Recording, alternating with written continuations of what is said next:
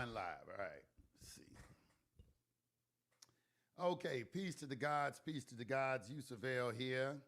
You are listening to the hottest network on the planet, High Frequency Radio. My name is Yusufel. Today, I have a very, very, uh, you know, special presentation for you today. I'm going to discuss the truth about CPNs, credit, and your social security number, what you must know in 2025. Now, anyone who has been a part of SPC University understands that one of the sections of the secure party process is estate planning, where you get 245 numbers and a 98 number.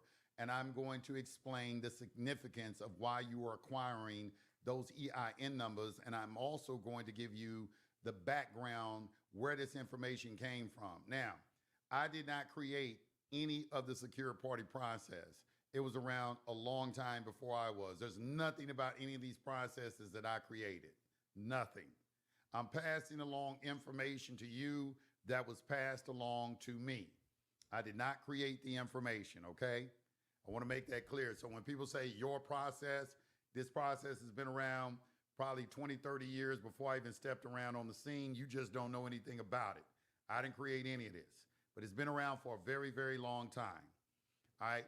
Now, the reason I'm saying that to you is because the creators of it, what they did, they understood public and private. They also understood the need to not use the social security number. So a lot of people came up with different things. Somebody said they have a question. Who has a question? Jay Nelson? You can go ahead and ask your question in the chat, Jay Nelson. Go ahead and ask your question. Go ahead and ask your question in the chat. Peace to everyone on YouTube. I am also simultaneously broadcasting on Instagram and TikTok. If you want to speak to me, you'd have to go to TikTok. My TikTok is Yusuf_EL_19. You can go over to TikTok, and if you want to speak to me, you can speak to me on the mic on TikTok. Good afternoon. Good afternoon. Peace to the gods. Peace to the gods. Peace to the gods and goddesses. All right. You can use your SSN check org to see if your number checks out. Well, yeah, they have many. You're talking about like an SSN validator website. They got 1 million of them. We're going to talk about SSN validator as well, and the reason why you would even use that. However, they have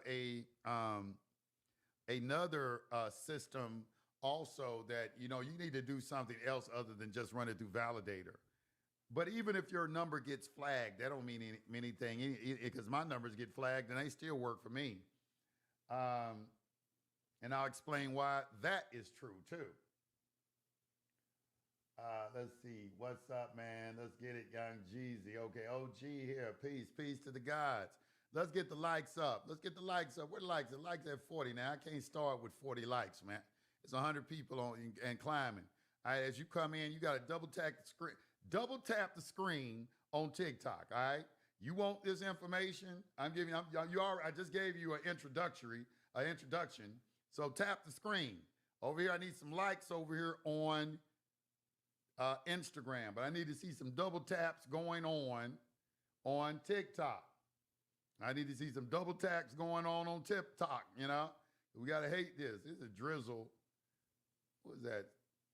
Is Drizzle, you the one? Who was that said they had a question? Was that you, Drizzle? No. Oh, okay. No, it was somebody else. That was Jay Nelson. Oh, Jay Nelson. Okay. All right, cool. Let me see. Did he ask his question? Let's see. He said, I'm just here for the knowledge. Okay, well, I'm going to give you the knowledge, all right? All right, so let's start. Let's begin. All right, so today we're going to talk about CPNs, whether or not they're legal. We're going to talk about the social security number, and we're going to talk about credit. That is the discussion today.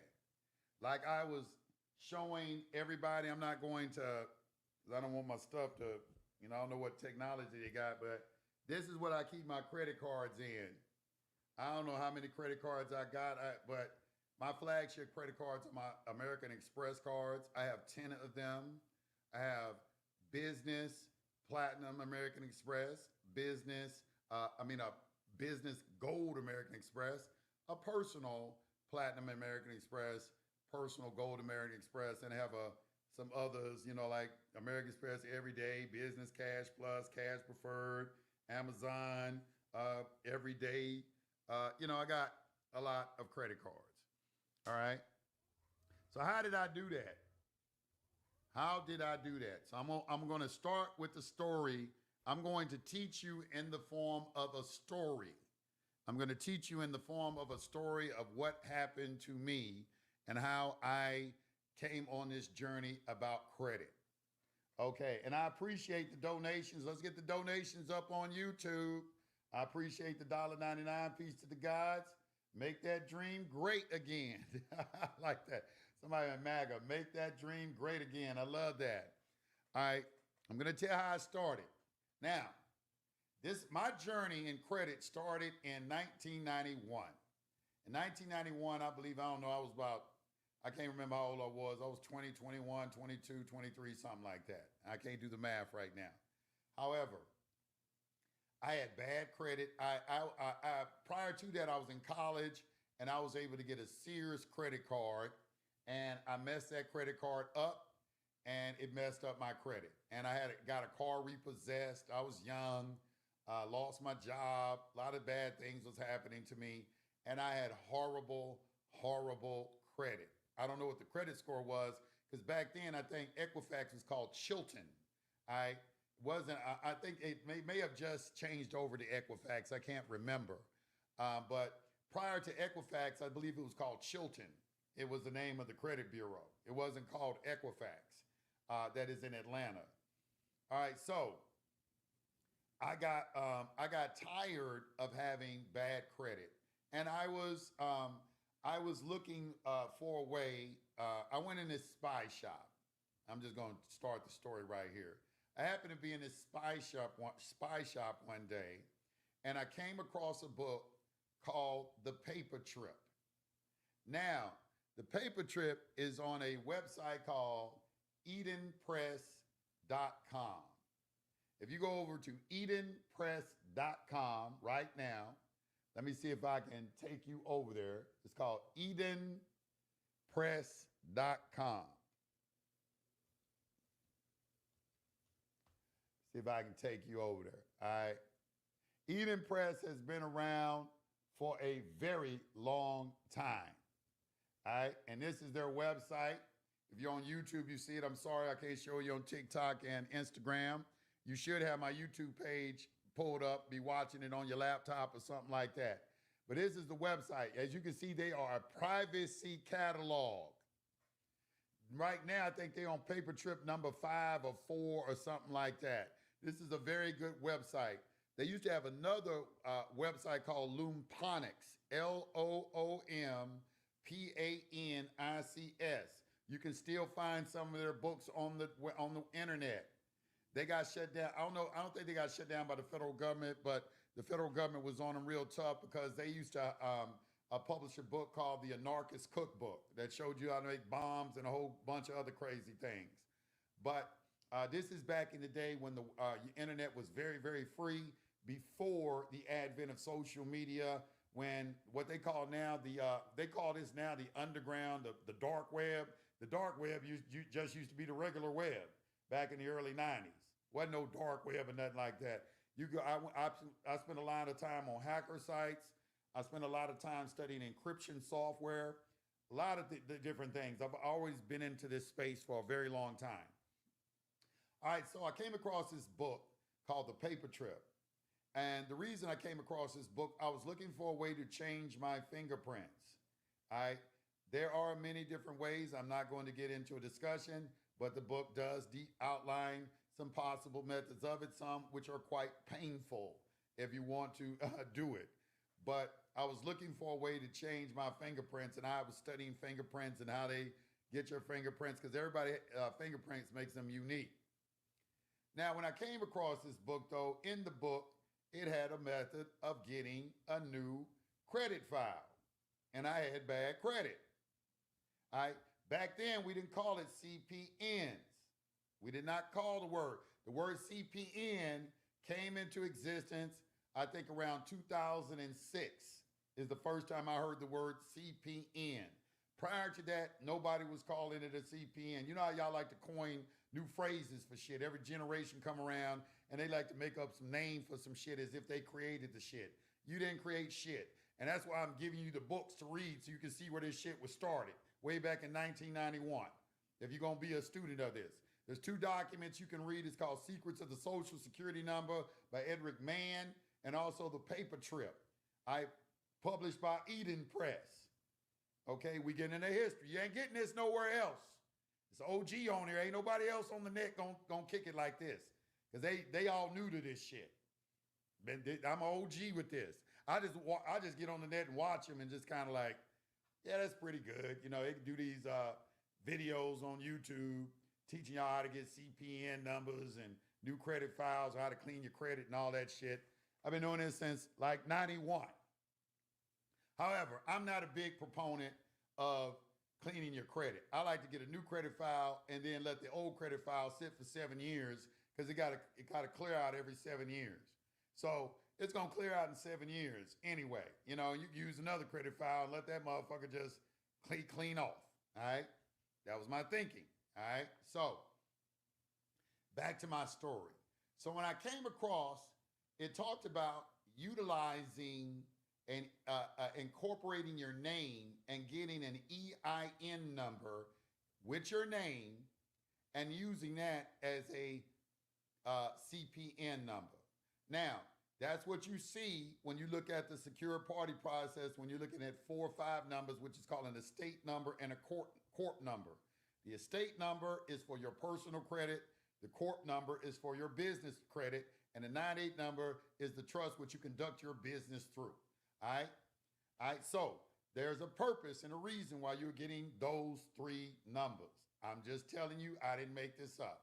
All right, now, also, this is for educational purposes. Do your own research. I have to put that caveat in there. All right, because you said, I ain't said shit. I'm telling you where to go get the information and read it for yourself. I'm directing you to where I got the information from. I didn't make any of this up. I'm giving you the source. All right, don't come back to me and say you said this shit right here because I'm going to block your motherfucking ass, you unaccountable, irresponsible motherfucker.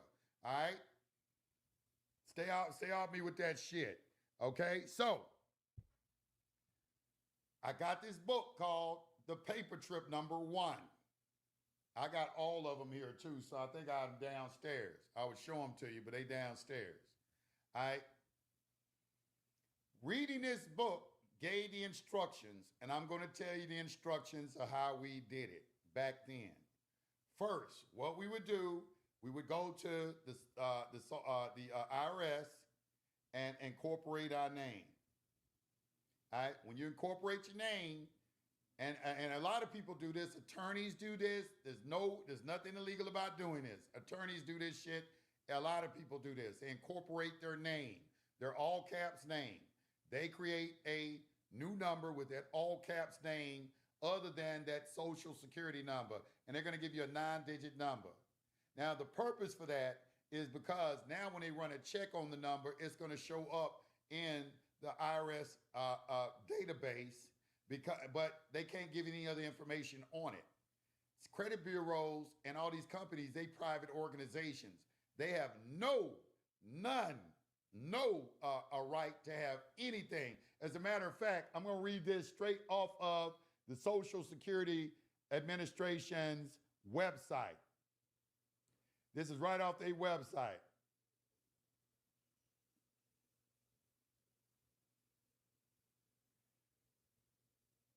This is right now, right on their website. I think y'all can see it, can't you? All right, right here. Expanded use. Let me blow it up so the people on YouTube can read it with me. This is right on their website, ssa.gov. The original purpose of the SSN was to enable the Social Security Board to maintain accurate records of the earnings of individuals who work in jobs covered under the Social Security program. The card was never intended to serve as a personal identification document. That is, it does not establish that the person presenting the card is actually the person whose name and SSN appear on the card. Although SSA has made the card counterfeit resistant, the card does not contain information that would allow it to be used as proof of identity. And this is right off the Social Security Administration's website. So if you're an attorney out there, pull it back, bro. Pull the shit back. You got a real researcher right here. I'm gonna bust y'all ass. Okay, you trying to make it seem like everybody, because y'all like to skip trace people. All right, y'all want people under that yoke of the Social Security number. And I'm Moses, motherfucker. I'm coming in to let my people go, or you gonna get these goddamn plagues, okay? They coming. Woe unto you, attorneys. All right? So, now, back to what I was saying. Now, when I discovered it, so the first thing I did, this is Secrets of the Social Security Number right here, and this is Frederick Mann. You need this too. These are the documents you do your research. So you want Secrets of the Social Security Number by Frederick Mann, and you also want the paper trip from Eden Press website. Eden Press, y'all need to be giving me some sort of damn affiliate link or some shit like that, because I done brought you, I remember y'all motherfuckers gonna almost go out of business. I done send so much business to y'all website. Y'all ain't never reached out and said nothing to me, but that's okay because I like y'all website. I really do. I appreciate you because of what y'all did for me back in the day. So I don't need no money from you. I appreciate you. I really do. So right here on Secrets of the Social Security Number, this is right here where this is the information of why you incorporate the name. This is where it came from. Once again, you see this right here. It says what? 1993. It's 1993 that this was published. This is how long this shit been on the internet. So all you young people, y'all didn't make this shit up. It's been around a long time for a lot of y'all was even born. All right? So right here, in a nutshell, the law says that no federal, state, or local government agency may deny you any right, benefit, or privilege for refusing to provide your Social Security number unless there is a law or regulation on the books adapted prior to 1975 that specifically authorizes the demand for the number. Your employer, by law, cannot divulge your Social Security number to anyone. In fact, the IRS cannot divulge your Social Security number to anyone. The only thing the IRS can verify is if the Social Security number you are using is valid. That is why you may want to acquire a taxpayer identification number that is associated with your name. I want you to think about the 45 number. This go all the way back to 1993. We didn't make this shit up. I'm just giving you some clarity when you do this secure party process, and a lot of people out there try to say, they don't understand it. I'm giving you some background. That is why you may want to acquire a taxpayer identification number, TIN, that is associated with your name. Then if anyone wants to verify the TIN with the IRS, they will state that the TIN is valid to your name and the IRS cannot divulge any other information about you. You are not required to give your Social Security number to anyone else, including creditors, hospitals, doctors, credit bureaus, or any other private firm that wants to keep track of you. You have a right to privacy. That's your right. And y'all not exercising. All right? So, how did I do it, Yusuf? So when I came across all this information, let me put my face back on the screen on YouTube. All right? All right, so when I came across all this information, I went, I'm going to tell you step by step what I did. I'm going to tell you how I actually went to federal court with it. They were attempting to charge me with it and everything. All right, so this is around 92, something like that. 92, 90, might have been 93. I don't know. I don't remember exactly what year. I know it was in the early 90s. All right, it was around the time I met my ex-wife, and we had just gotten together, and I needed some credit. So I went and I incorporated my name, got the taxpayer identification number. And the first thing I did was I went to a place called Mailbox, etc. I think I saw one when I was in Europe, but I don't know if they're still in America anymore. All right. But it was a place where you could get actually an address and it would say suite number. Okay. But it would be where you could pick up your mail at. So I got a P.O. box at mailbox, etc. Then I said I lost my driver's license and I also requested a new driver's license number. Back then in Georgia, they would give you one very easily. I think today they make you submit a police report if you want to change your driver's license number. But back then it was very easy to do. So I went and got a new driver's license, all my real information, nothing fraudulent. I got the address. Still to this day in Georgia, they will let you put your P.O. box on your driver's license. Why you would put your home address on there and you don't have to is beyond me. I would never put my home address on my driver's license if I lived in a state that did not require it. Okay? Georgia does not require it. So I put my suite number of my mailbox, etc., on there, and I changed my driver's license number.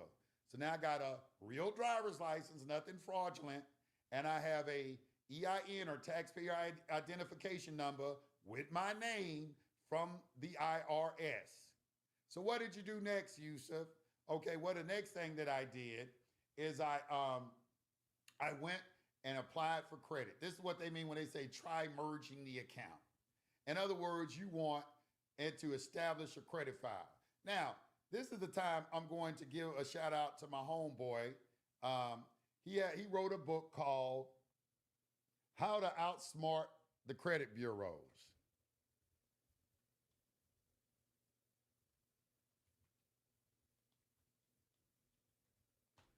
He's on Amazon. Let me put it on the screen so you can see it. And I'm gonna tell the story how me and Corey met. Because Corey's kind of prominent too. He's a bad boy when it comes to this credit. But he just Corey be all over the place, man. Don't be trying to do. I ain't gonna say nothing, man. Corey's smart dude. So very smart when it comes to this credit. But that's the book right there. So how did I meet Corey? I met Corey when I started this internet game. I started studying marketing. I was learning internet marketing, and he wrote this book, and he wanted me to market the book. He was my very first customer. And the book, he tells his story of how he got into credit and how he did all this research on the credit bureaus and found out that basically they're family-owned businesses, all right? And the reason I talk about this book, because it helped me get a good concept of just who the credit bureaus are. Because a lot of you are walking around thinking that the credit bureaus are some sort of government institution and they have some sort of right, some sort of lawful right to have your social security information, all the information that they have, when they're simply data mining companies. They're data mining companies, all right? They have no inherent right to have any information about you. And as a matter of fact, you should be working to make sure they have no accurate information about you. As I said, you have a right to privacy. Now, it gets a little sticky when you start misrepresenting yourself. And that's why we get into this gray area of fraud. But we're going to talk about that because I know the attorneys, they got their ears up to the screen waiting for some shit like that. Pull your neck back in, bro. I got you, all right? All right, I know you're out there listening. All right,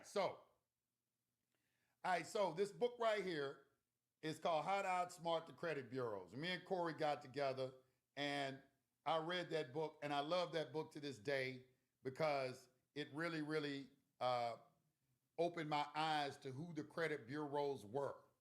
All right, they're not a governmental entity. They don't have any right to have anything. So the next thing, what did I do? I went and opened a bank account with that number. Not required to have a social security number. Everybody talks about the Patriot Act. I'm going to give you a video that's a judge where he talks about this.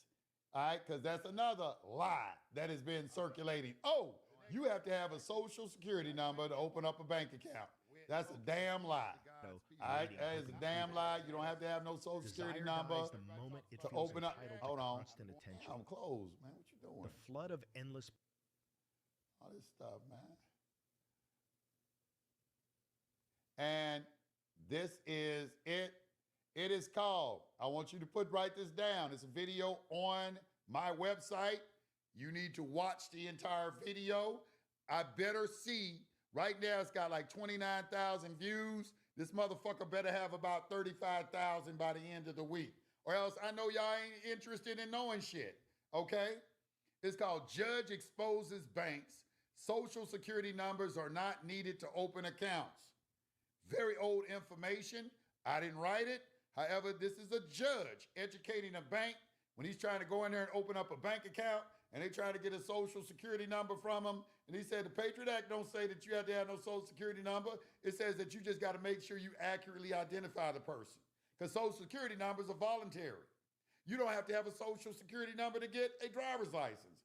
You don't have to have a social security number to get a passport. But how they play everybody now is they say, if you've ever been issued one, then you have to provide us the information.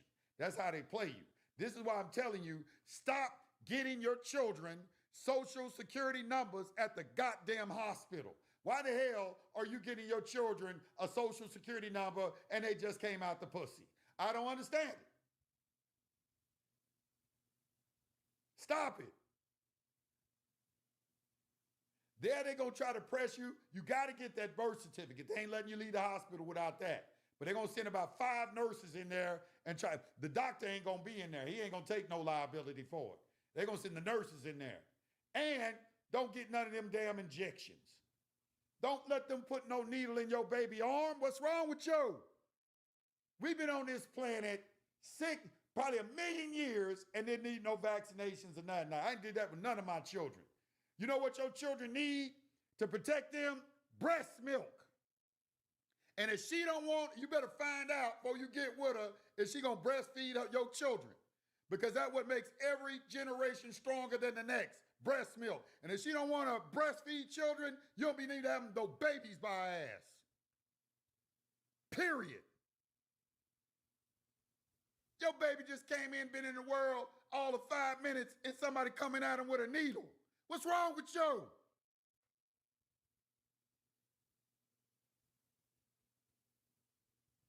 My children didn't never get sick, never had a cold, never had nothing. Because the breast milk, you done built up antibodies and everything and defenses against all this shit, and you pass that along to your children. You make every succeeding generation of children stronger by breastfeeding them. That's your role, black woman. See, you didn't let these people trick y'all into diminishing your value and making you think going to get a goddamn career is something. Your goddamn career don't mean shit. Not a motherfucking thing. If it don't involve something about propagating the human race and making us stronger as a people. You let them people trick you all being a wife. I'm looking at this chick on TikTok talking about she left her family because I'm more than just a wife. I'm more than just a mother. Like that's the most important thing. And you never let the hospital keep the afterbirth. You tell them to put that shit right in a container, then you take it and you go bury it under a tree. That's a ritual for long life for your children.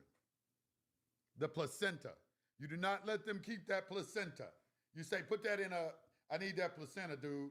Now, sometimes they still gonna try to steal it from you. You got, listen, as a man, when you in that hospital, when you know all this shit, as soon as my children are born, I get their feet, when they bringing them over there to the table, I got my camera, I'm taking pictures of the bottom of their feet. So I got, because I ain't gonna be no switching out my children and nothing like that. Taking pictures of the bottom of that's what you in the hospital for, to stop all the bullshit. Because the woman, she laid up like this, doing all this, she ain't in her right mind. You got to be also there because to let them know, like, look, it ain't no bullshit going down. And they're going to feel you. They're going to feel your energy. They don't want you to even have the phone on to record nothing. Y'all try what I'm saying. Because they know what they doing is bullshit in them hospitals. You don't let them stick no needle in your baby arm. And, we going to be, what they say, try to say, she going to be protected against, I don't forgot what that bullshit they say. I like, look, man, you ain't putting. Then they gonna ask you. Then the lady gonna ask me, "Am I a doctor?" And you know what I said to her? I said, "Are you?" I said, "Why the doctor ain't in here saying this shit to me? Why they got nurses in here saying this shit to me? You ain't no damn doctor either.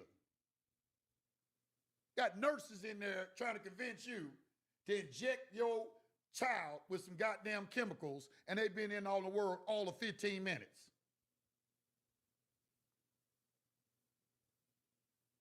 They ain't gonna make me leave. They ain't never made me leave. I ain't never had to leave. Make me leave nothing. I ain't never had me tell me they gonna make me leave. Make me, I ain't going nowhere. I'm the father of that child. And you bet not put a needle in an arm, and no, I don't want no goddamn social security number. My son, he can get that when he get older. Because you don't need that. Why you want to get a boy get a social security number? You know why y'all get it? Because you brokies. Y'all want to put them on your taxes and get like $2,000-$3,000 return on your taxes or something like that. That's how they trick you. They offer you a benefit and a privilege to trade away your rights. That's the game.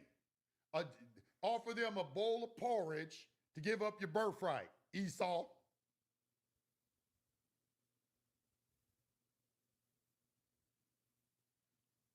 All right, so let's continue with the story.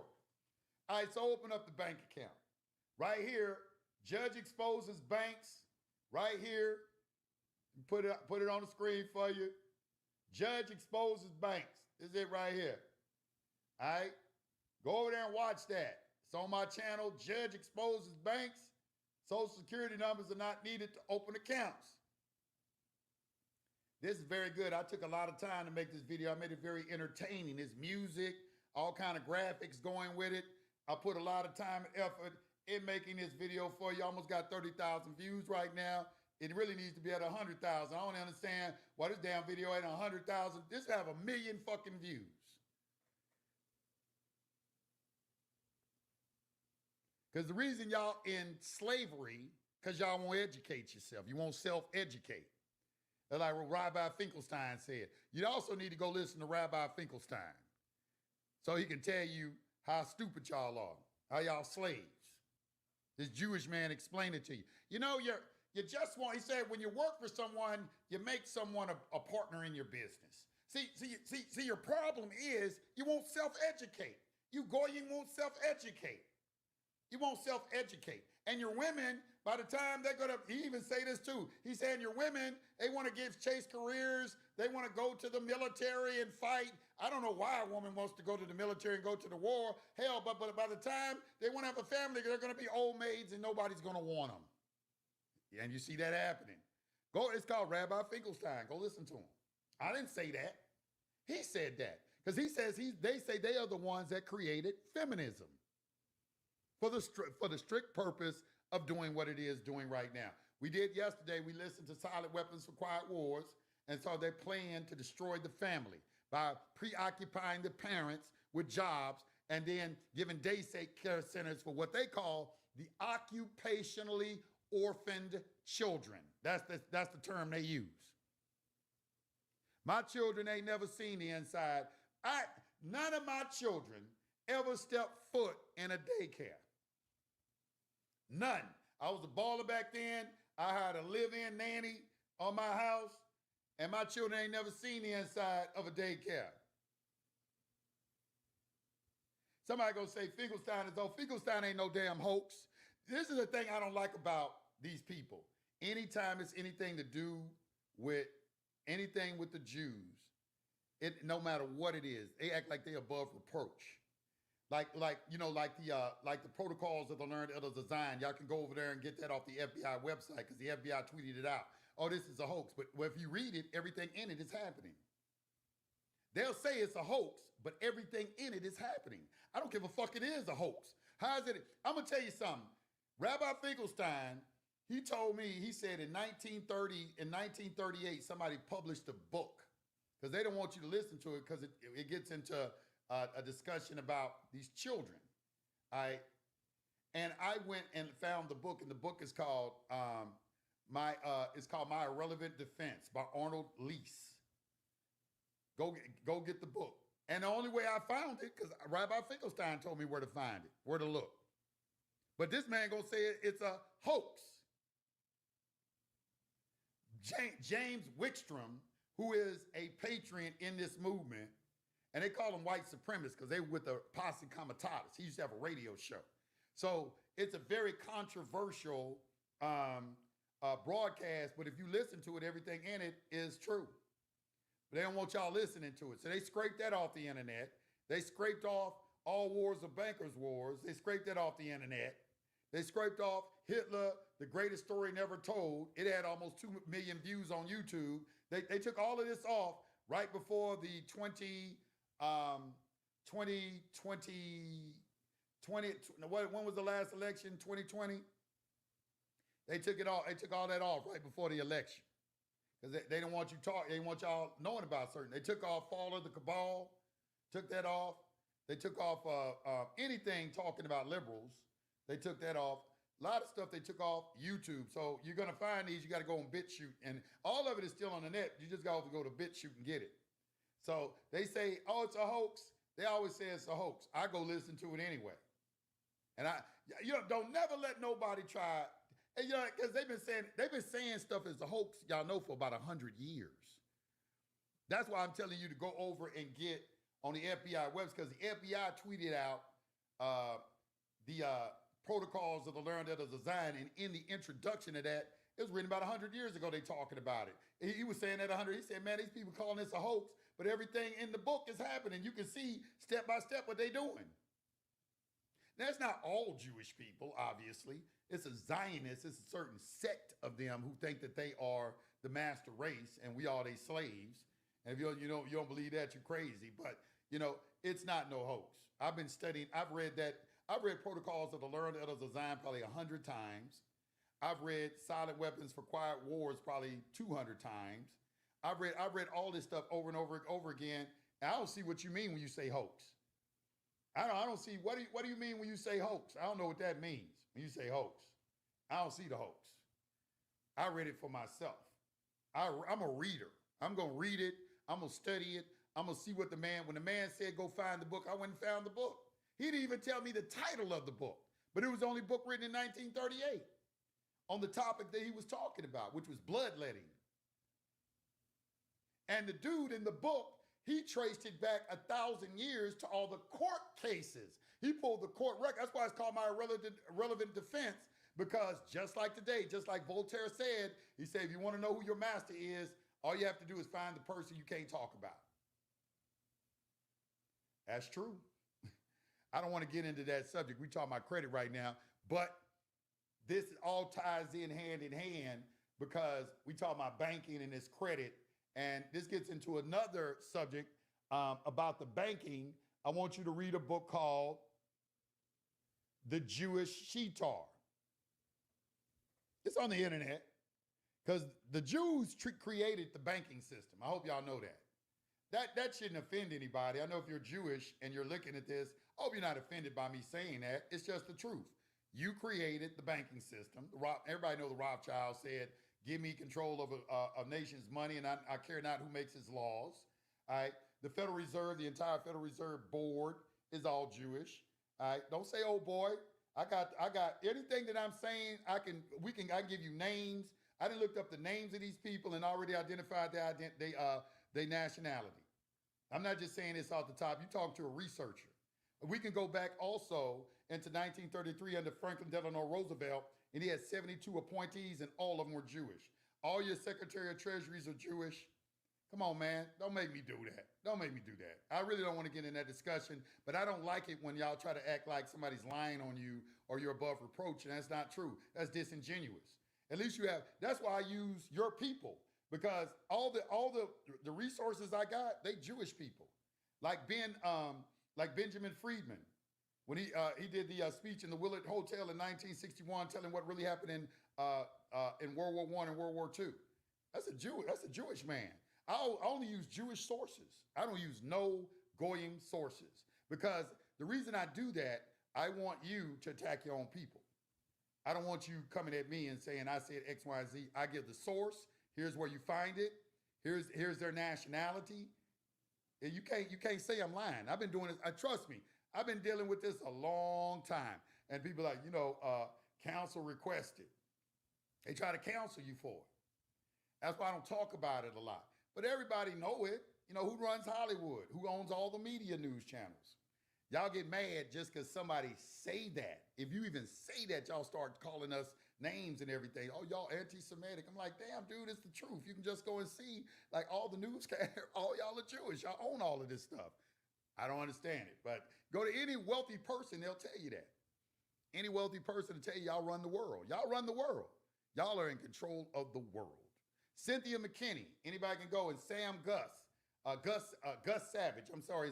These are two a United States senator and somebody from the United States House of Representatives. They went on the House floor and said all of this, and now it's in the congressional record. Anybody don't believe me? You can go right now on YouTube and look it up yourself. Don't have to look to me. Go and listen to some of your representatives, and they got kicked out because they said that you cannot serve in government unless you sign a paper swearing allegiance to Israel, and if you don't do it, you're not going to get no funding, and then you won't be back in office. It's on the congressional record. You can't deny that. They made sure it got on the congressional record. It's on the congressional record.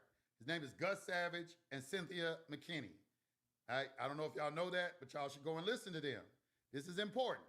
All right? So now let's get back to the credit, because I didn't really want to get into this discussion. I just don't like it when people try to say, they try to make you seem like you are, because I'm not a racist person. I love all people. I got Jewish friends. I got white friends. I got Hispanic friends. I got friends in all nationalities. I don't hate any. I don't even hate the Jews, because I feel like the Jews, they are just unified better than anybody on the planet, and you can't fault them for that. They show you what unity does. They just unified. So I don't get mad at them for it. Y'all the dumb motherfuckers that let them fool y'all and do shit. You know what I'm saying? I study them. A Jewish man taught me how to make the money that I'm making. He was a Jewish man. It was a Jewish man that gave me the game. A lot of them. So I don't have nothing against them or anything like that. You can't fault. They work hard. They unify, and they go out and try to control stuff. They control industries and things like that. We can take an example of it, but we just won't do it. I'm a polo man. I love polo. Ralph Lauren is Jewish. I didn't know that. Ralph Lauren is Jewish. You know what I'm saying? I've been wearing polo since the 7th grade. Did I stop because he's Jewish? No. I got a closet full of polo shit. I love polos. It ain't nothing against them. But don't be doing that when we sit here and tell you that, hey, y'all own this industry. Y'all are in control of this. And I'm like, oh, boy. Golly, it's like, man, y'all know, you're like somebody lying to you. Somebody lying wrong here, man. All right, so let's get back. So when you don't need a social security number to open up a bank account. You got the CPN number, which I'll call the CPN. We didn't call it a CPN back then. It was a tax identification number assigned to your name. All right. And I studied the credit bureaus to ensure that, to find out who they were. Because prior to that, I thought they were supposed to have our social security number. Some like many of you do. But they were family-owned entities. As a matter of fact, TransUnion wasn't even an American company. They came out of England or somewhere. I think they got just bought by Goldman Sachs owns them now. They've been bought out by somebody, some investment company owns them. An investment company owns them. They are data mining companies. This is also the reason why when you want to have a bankruptcy removed from your credit report, you can use the Fair Credit Reporting Act, because they have to tell you who put it on your credit report. Well, the government doesn't put anything on your credit report. They're not paying to put shit on the credit report. They just have something that goes into the public record, and they find all this information and they add it to your credit report. They data mining companies. So a bankruptcy is one of the easiest things to get off your credit report, because all you got to do is make them say, okay, well, who is the one who reported this to my credit report? And they can't do it. They can't do it.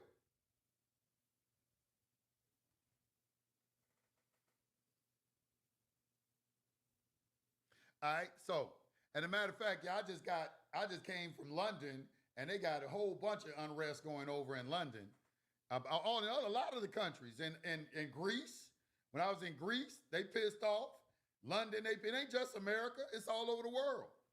It's all over the world. Egypt. I don't even want to get about what Egypt was saying when I was in Egypt. So let's not do that. It's not just America. Everybody all over the world know what's going on, and that was really not opening for me when I started traveling the world and seeing that people all over the world know the same thing. What's going, who the people are, and who are in control of the planet. Um, and their biggest defense is by they don't want you to know that they're in control of the planet. That's why they'll start calling you names if you say it. Because you'll be one like, why is this person calling me? Anybody can go and look and see that the owner of CNN and all the reporters are Jewish. And anybody can see that. Anybody, MSNBC and all, anybody go and look that and check that out, and you can find it out for yourself. But if you say that, they get upset, like you said something wrong. I'm like, that's like saying, well, the owners of BET, they were black. If somebody say that to me, I ain't gonna start getting mad. It's like, dude, the owners of BET are black. Ain't gonna start calling me racist because I said that. It's just crazy. But anyway, all right, so I studied this book, How to Outsmart the Credit Bureaus, and I opened up a bank account. Then I wanted to apply for credit. I went to Zales, and I applied for credit, and I was going to get denied. The reason you're going to get denied is because ain't no credit file there. But the credit file is established through a computer. There's not no human being back there. This computer, it searches that number, and it's going to look for the address, because it's the address they go off of.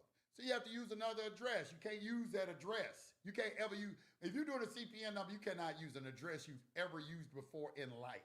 That's why I went to Mailbox, etc., and got me a suite number and put that on my driver's license and utilize that address.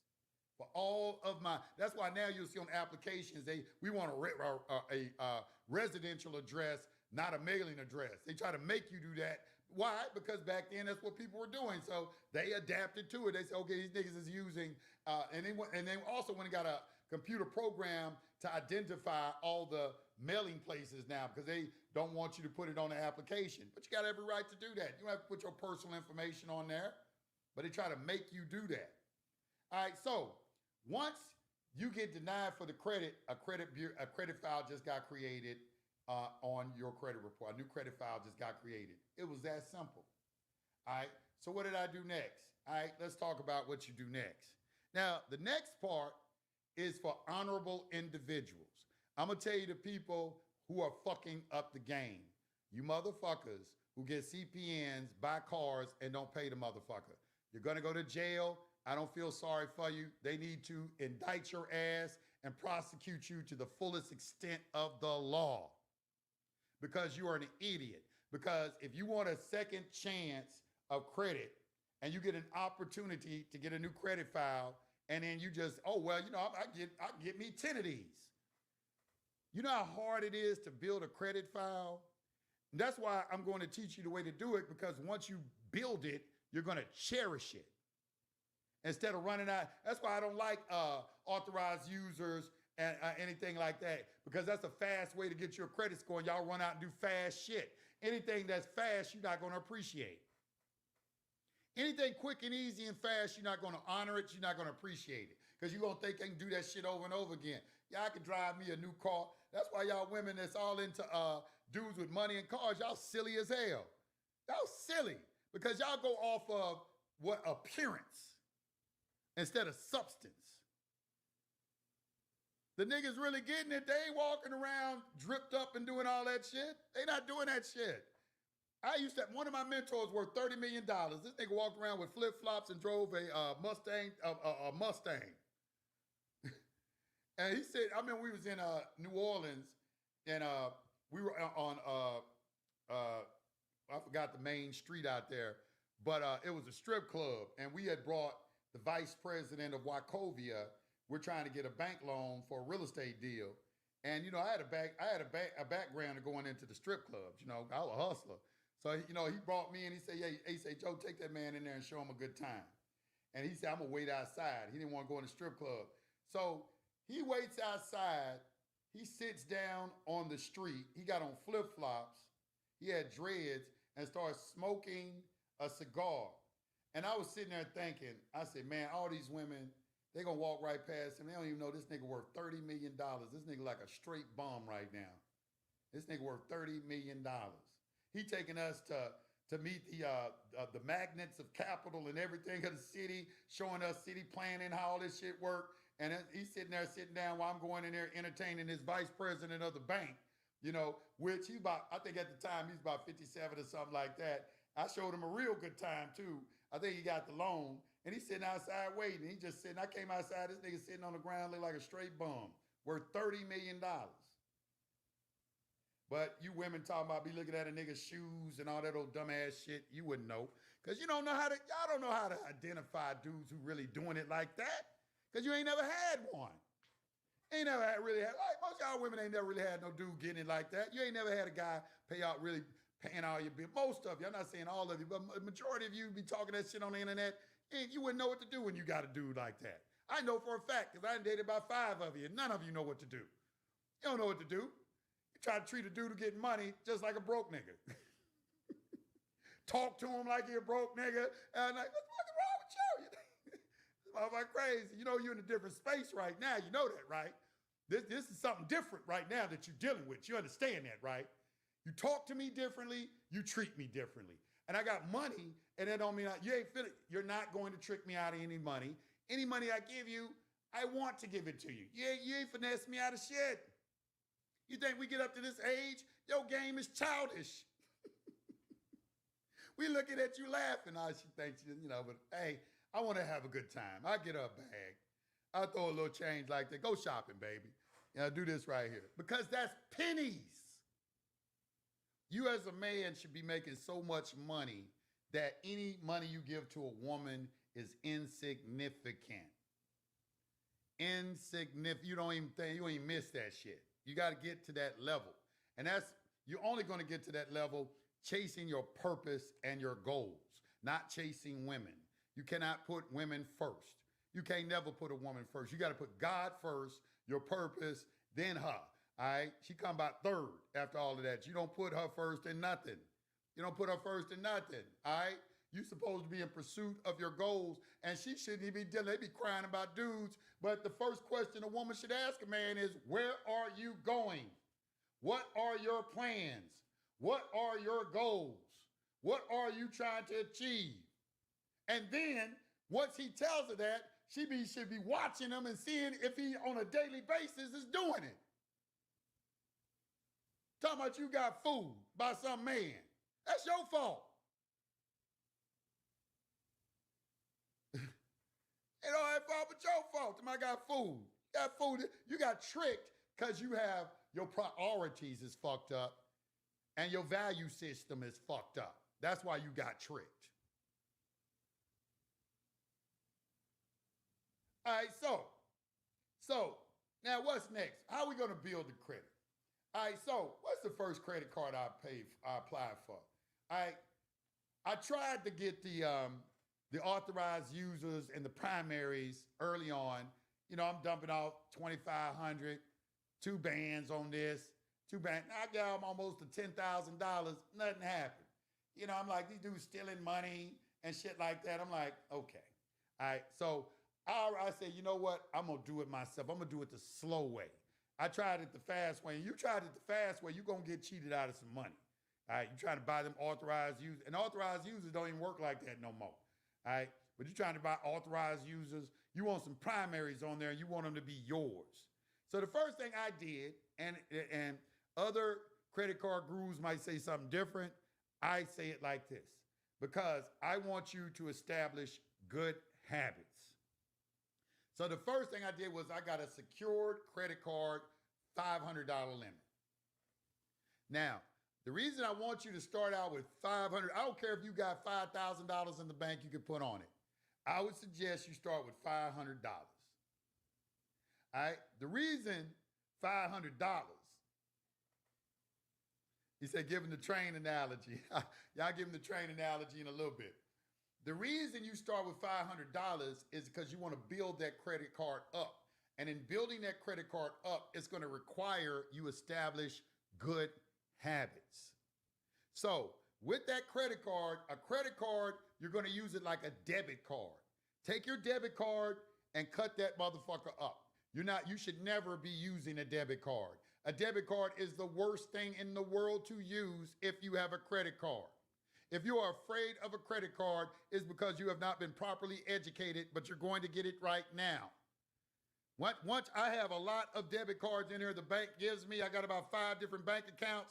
I don't use none of these motherfuckers. I don't never use a debit card. Never. I think I probably stuck, I ain't gonna say never because I think one time I needed some cash. Every now and then I might need some cash. Like I think I was in Portugal and I had to get some cash and I used it then or something like that. But it might be once every 5 years or, something like that I use a debit card. All right?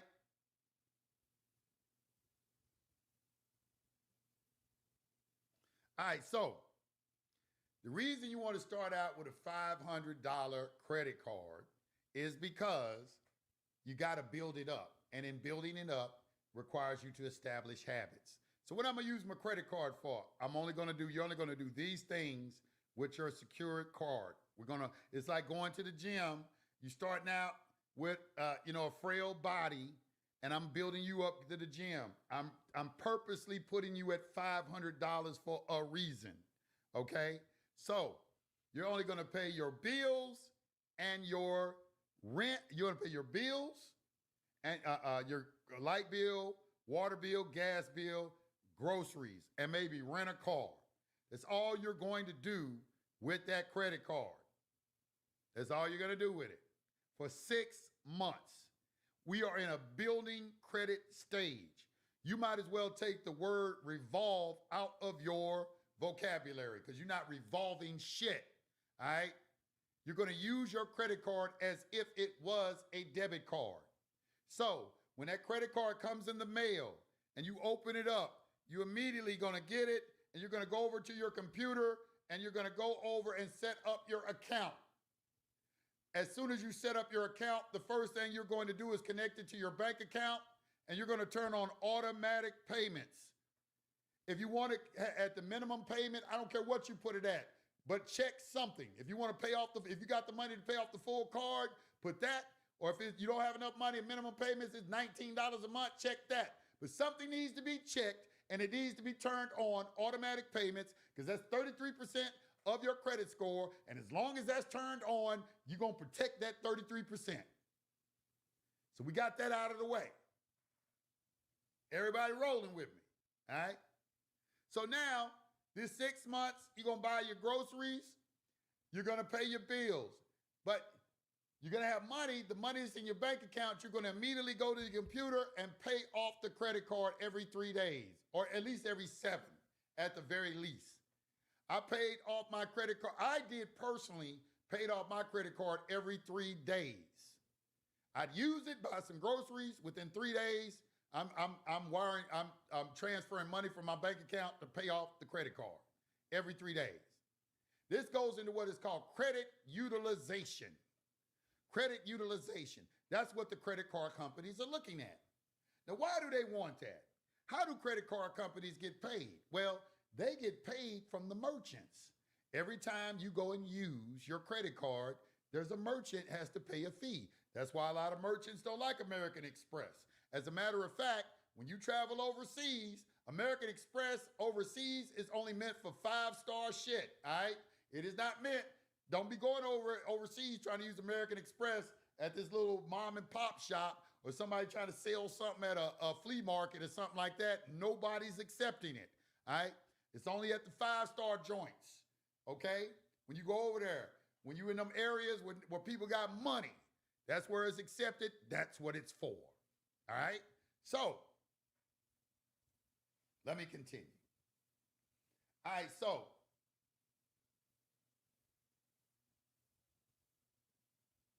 once you build up the credit, you got your credit built up. All right. Well, you haven't built it up yet. You're buying groceries. You are paying your utility bills and every 3 days you're paying off the credit card, and you're going to do that for 6 months. It's almost like you don't even have a credit card, you just got a debit card. All right, you're using it, you threw away your other debit card, and then you got this secure card that you're using like a debit card. That's where your mindset should be. Because if you have the mindset, oh, I got $2,000 on here, I'll just pay it off next month. You're never going to be a master at this game. You're never going to be a master at this game doing that. You can only do that once you got all your credit established. You can do that. But when you're in the building phases of credit, we don't revolve nothing. Nothing. At the end of the month, that credit card better be paid off every month for 6 months. Okay, now,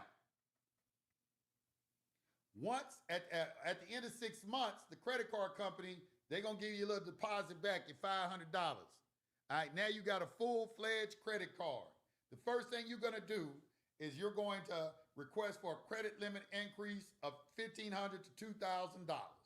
We're going to go in small increments. You're not going to jump and start saying 5,000 and 10,000 because they don't trust your ass like that. All right?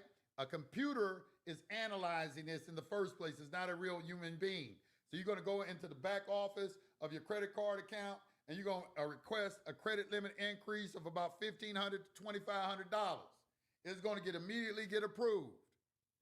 Then you're going to do the same thing another 6 months. Around this time, you should start to receive credit card offers. If you are pre-approved for a credit card, you're going to accept it. And I'm going to tell you this, you can apply for up to 3 at the same time, but just don't do it with Chase. Don't do it with Chase. We're going to talk about it. We got to have a separate discussion about Chase, all right? But don't do anything like that with Chase. I made that mistake with Chase, all right? That was one of my little learning errors that I made with Chase, all right? So, because I had a Chase Sapphire Reserve. What's next? Okay.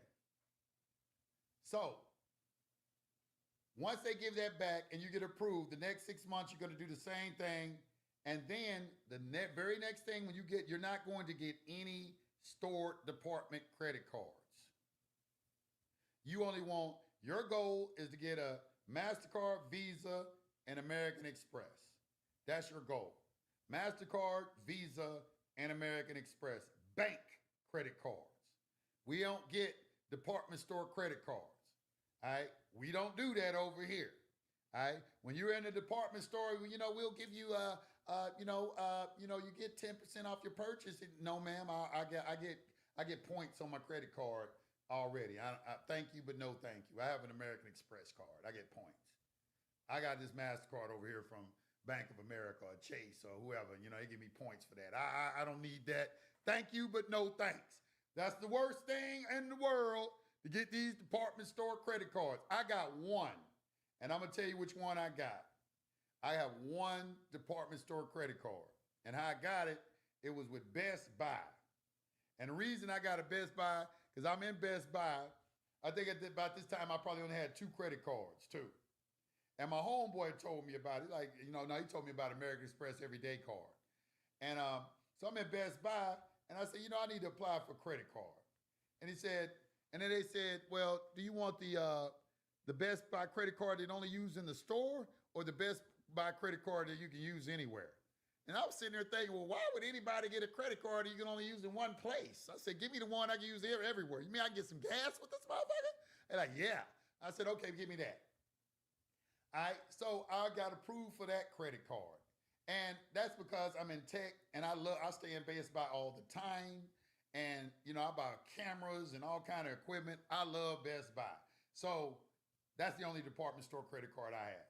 All right, is a Best Buy credit card. I have no other all my credit cards are bank credit cards. I got one. It's Best Buy. And I love my Best Buy credit card too.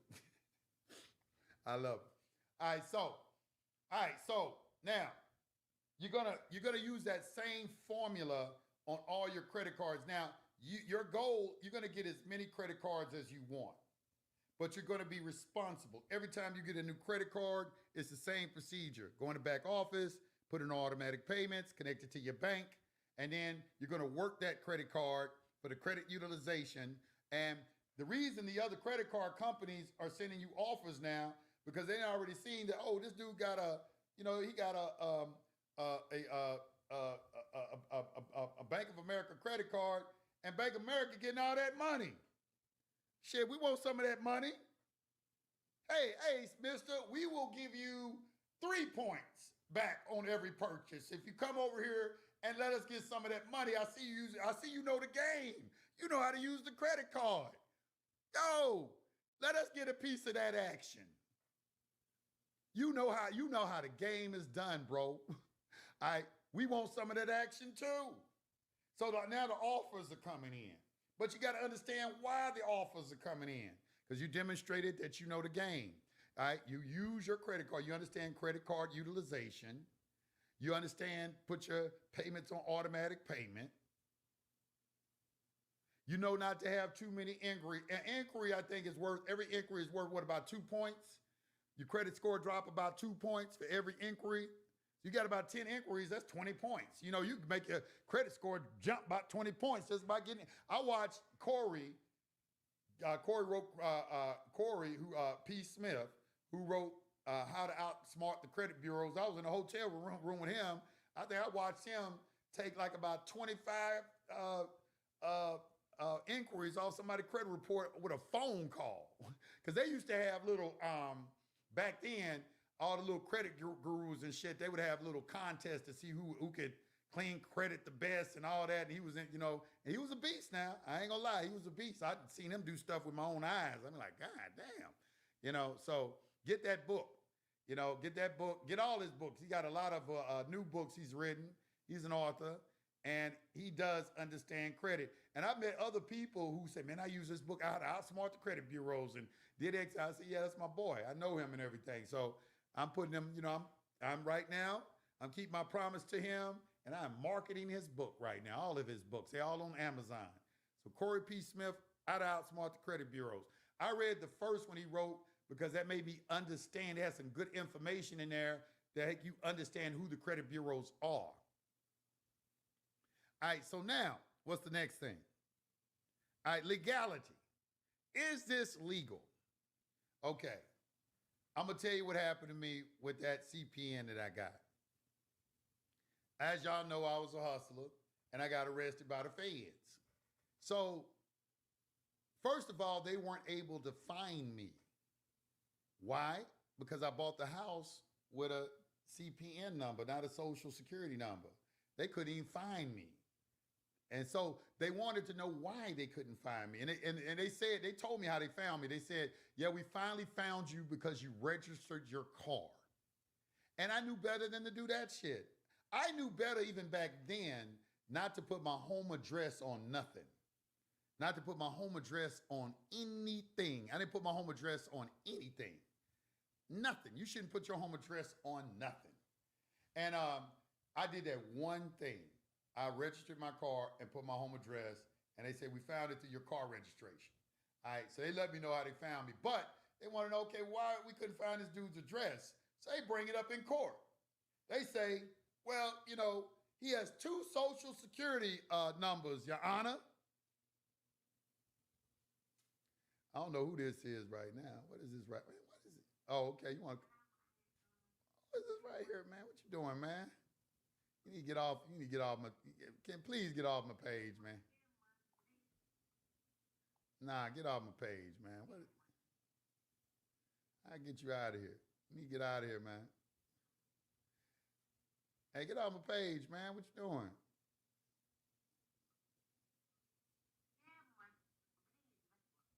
Oh, shit.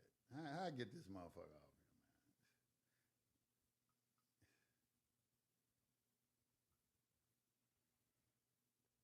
You ain't gonna get off? You don't get off my live? Okay, yeah, I'm gonna have to stop this live starting over on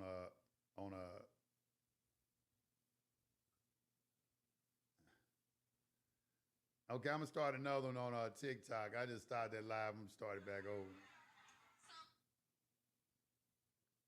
All right, go live. All right. All right, so, all All right, so okay, so let me continue. All right, so we got the number. We got the credit utilization going. The applications are coming in, and we're using that same formula to work every card. Every 6 months, you're going to ask for a credit limit increase. Every 6 months. About after 2 years, I switched it to every 3 months. But 6 months is I find is pretty much you're going to automatically get approved. If every 6 months you ask for a $2,500 increase on your credit cards, you're also going to find out by doing that what the credit limit of a card is as well. Because some cards only go to a certain amount, like 20,000 or 30,000, and then they'll offer you another card, their higher card. But if you want to go higher than this, we got another credit card that we will offer to you. So you might, start using that. So that's it in a nutshell. That I'm just telling you, that's how you build up your credit. Oh, I forgot the business credit. Well, you should have you a corporation already, because the object of the game is not to use personal credit. You're just using the CPN to leverage yourself into business credit. The ultimate goal in this game is to have everything in your business name. Everything. Everything should be in your business name. The cell phone, the cars, and the credit cards.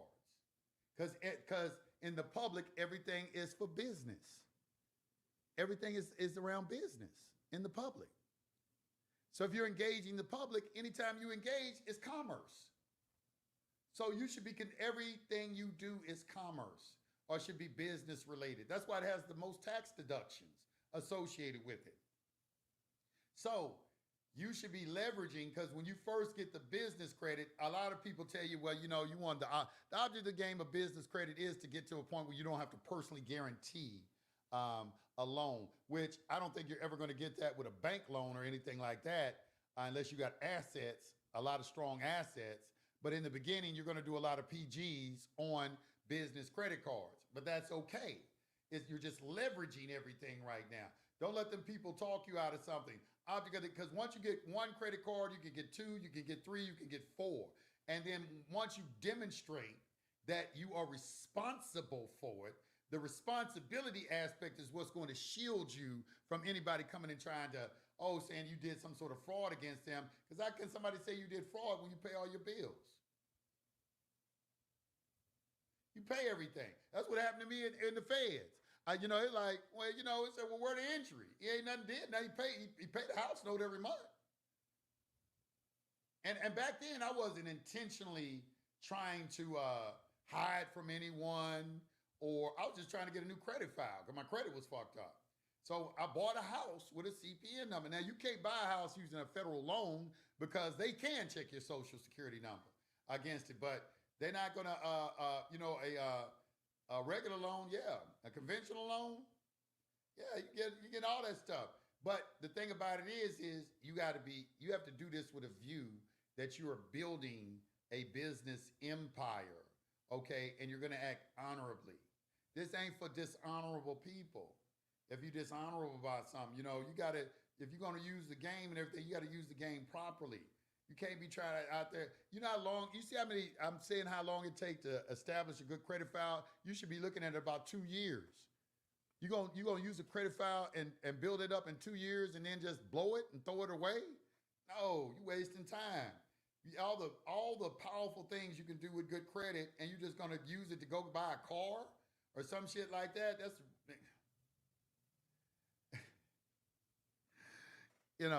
I wouldn't suggest that you do that. Let me take some questions right now in TikTok. On the TikTok. I'm gonna take some questions.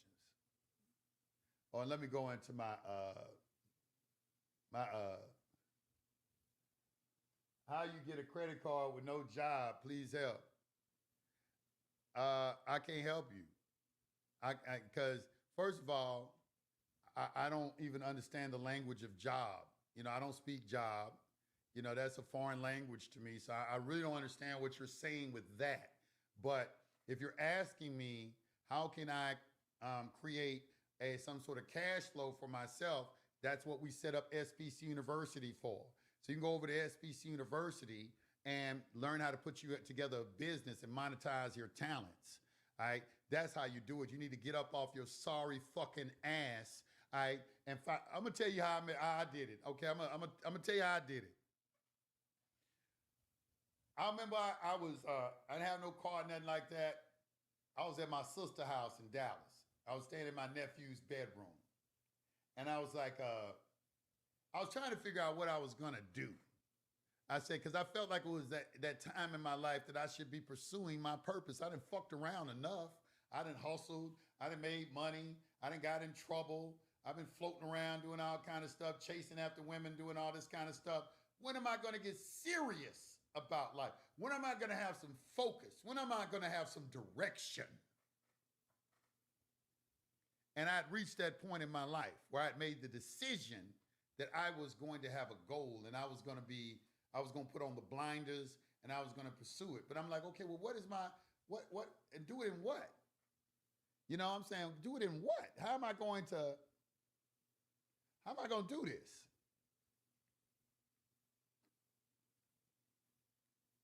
How am I going to do this? So I went back to high school. And in high school, we used to have this thing called Teacher for a Day. And all the seniors, the teachers will pick their very favorite student out of all their classes and let them teach the class for the entire day. One of the teachers selected me. She was my speech teacher because I loved to get up in front of an audience and speak. And she sent me to competitions, do extemporaneous speaking. I wasn't any good at it back then. I could kill it now, come out the top of my head, but all kind of speeches. I was good at speech. So I remember that I was good at speaking in front of audiences. So I said, okay. So I said this to the universe. I'm going to tell you exactly what I said to the universe. I said, I want to make money talking. That's all I said. 2 weeks later, I'm on my computer. I'm listening to an internet broadcast where they start talking about Secured Party.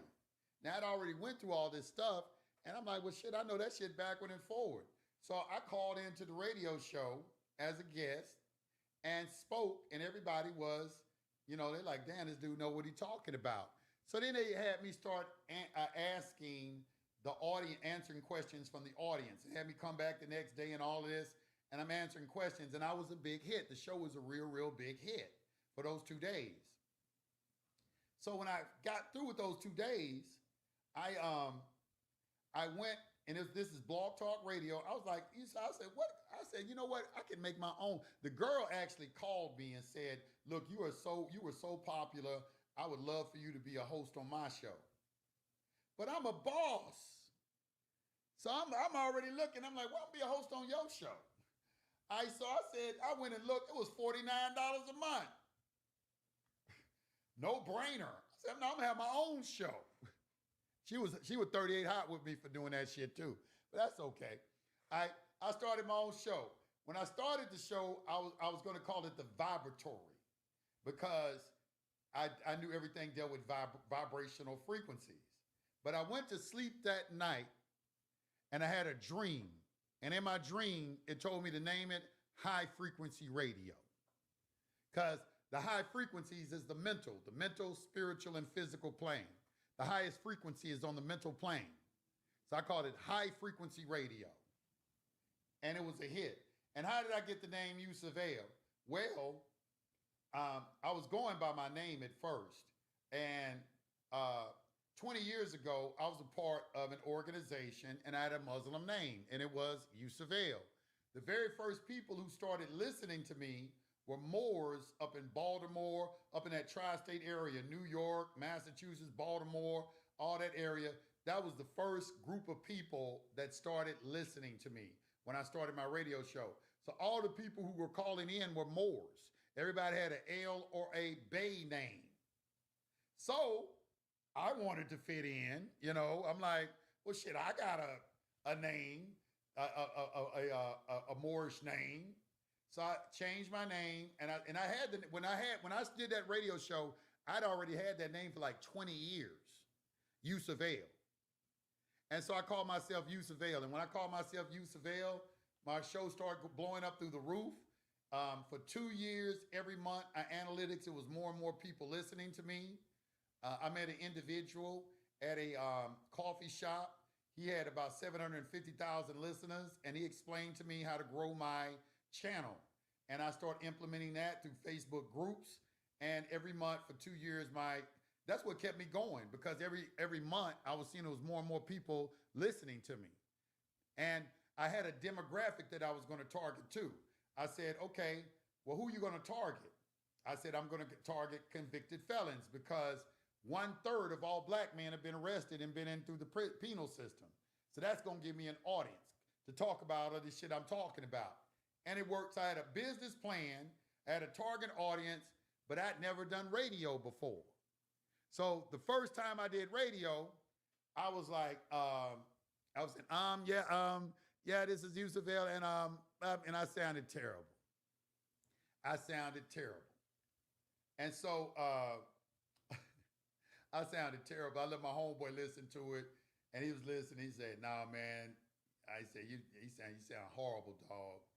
And I started listening to. So I used to listen to this guy. His name is. It's a white guy. His name is. What is this dude's name? I'm gonna give you his name right now, because you emulate success. So what I did was I went and I started. I started copying a guy who had a lot of listeners. He had like millions of listeners. And can I pull him up right here? Is that it? He had like millions of listeners. I'm gonna get his name. So I started listening to him. Now, it wasn't the subject matter that he was talking about that I studied him. What I studied was his pauses and things like this. He would say, "Today, we're gonna have a good show." Where is it? Y'all gonna know who he is. And y'all gonna hate him because he's like the red pill godfather. He's like the red pill godfather. And his name is, let me find him on here. I know he's right here. I can't believe I can't remember what his name is. He's like the red pill godfather. He got a radio show. And he'll tell you don't date single mothers. You know, I would tell you don't date single mothers. Tom Leykis, that's his name. Tom Leykis. If you're a man, Tom Leykis is a fool. He's funny as hell. And, and he was the first person before Kevin Samuels. It was Tom Leykis, all right? White man, had a lot of listeners. So that's who I studied at first, because he had a lot of confidence. He was very articulate. He told his story of how he became successful, and I just mimicked his cadence and everything, and eventually it became my own. It became my own, and so I started having success. Now, in case you're not catching on, the person who asked me, "Well, how can I get me a credit card and I don't got no money?" Now, I really do believe that they ask me questions like that because they think I'm going to tell them some quick and easy fucking way to get some shit. You know, because a lot of them, that's what they are. They kind of like, a lot of them are bums. It's a lot of bums that are attracted to this information. They want something for nothing. They don't want to work for nothing. They don't want to read nothing. They don't want to do nothing. They want something quick and easy. How can I get me a credit card? Why would you even have a credit card? You're not making any money. You shouldn't even have one. If you don't got no money coming in, you don't even need one, all right? And what is the reason for doing it? You don't discharge a credit card because they're going to cut it off. Yes, I know about processes people have attempted where they send the credit card company a bond, and then, you have them discharge it every month. Hell, I started that in the beginning with a banker. I sat down and talked to him about that, and he told me I wouldn't do business with you. I said, "Why?" He said, "Because I'm not making no money."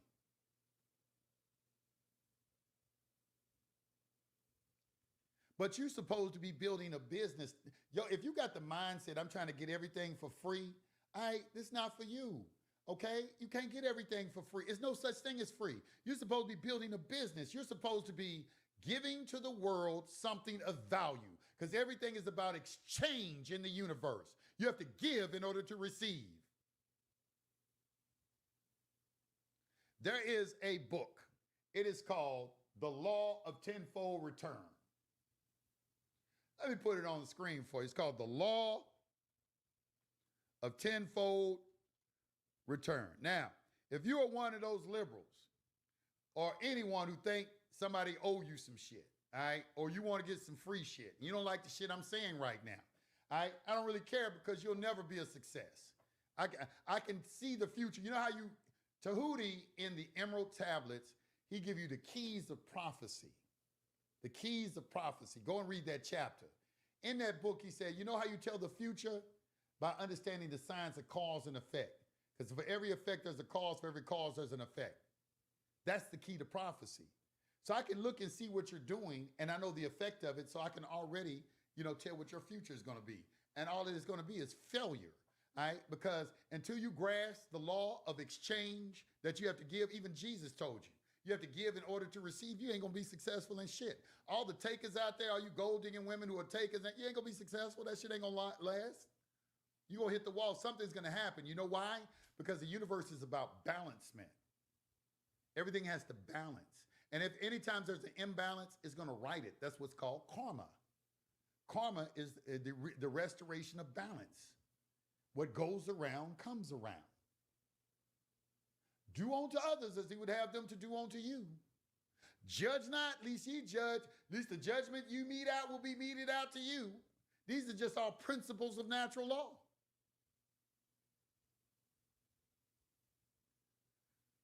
So, the seed money is right here. This book had a profound effect on me. All right. You need to read this. In this book, this lady talks about how, I can't remember if it was a lady or man wrote it, but how for every dollar you give, $10 comes back in return. This is why when I see homeless people and I got cash on me, I always give to them. I always keep cash on me. The only time I really keep cash on me is to give to homeless people. That's the only reason right now I keep cash on me, to give to homeless people. Because I hate to tell them I don't got no money on me, because I use credit cards and everything for everything. I don't have any money on me. So I hate to do that when somebody asks me for money, because those are your spiritual bank accounts. All right? You make those deposits. You're supposed to see that homeless person and see you. That could be you out there one day. You don't know what's going to happen. Hell, I was homeless for about a week. On my way to progressing, I was homeless for a week. I hit hard times trying to figure this shit out, trying to stay focused. But the thing about it is, what happened? When you are in pursuit of your goal, gentlemen, that road might take you through homelessness. It might take you through bankruptcy. It might take you through a big breakup or a divorce or something like that. Because when you start changing your vibrational frequency, the people are not matching your frequency. They can no longer stay in your space. All right? That's why you got to make sure you got to get a woman. She's on your plan. She got to be on your program. Y'all got to be both focused on the same thing, because her frequency got to match yours. Because if it don't, it's gonna get you can't roll with her. She gonna have to get off the train, because the train is headed to the station. Last stop. And it's not stopping. I'm stopping along the way you can get out, but hey, it's on. I'm sorry you got to go, but I'm on to the next stop. I'm on to the next stop. It hurts too sometimes. Your family might get off.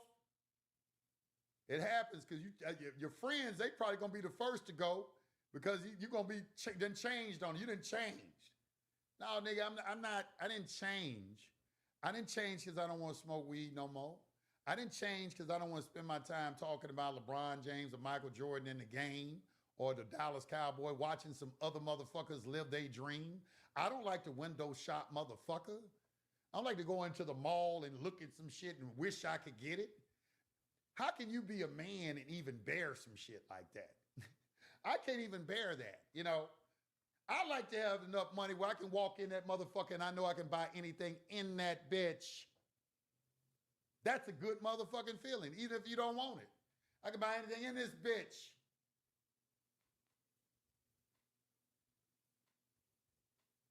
If that ain't your goal as a man, I don't know. I don't know. I don't know. You know what I'm saying? I don't like window shopping. I don't like doing that shit. I don't like that. But in this book, Seed Money, The Law of Tenfold Return and How It Works, this lady, I think she started off, she got a dollar bill, broke it down into 100 pennies and just started giving out pennies. And then when that come back, she started giving out dollars. I think she worked it all the way up to $1,000,000. This is why the wealthy people always give. They don't give just to give money. They know it's going to increase their wealth.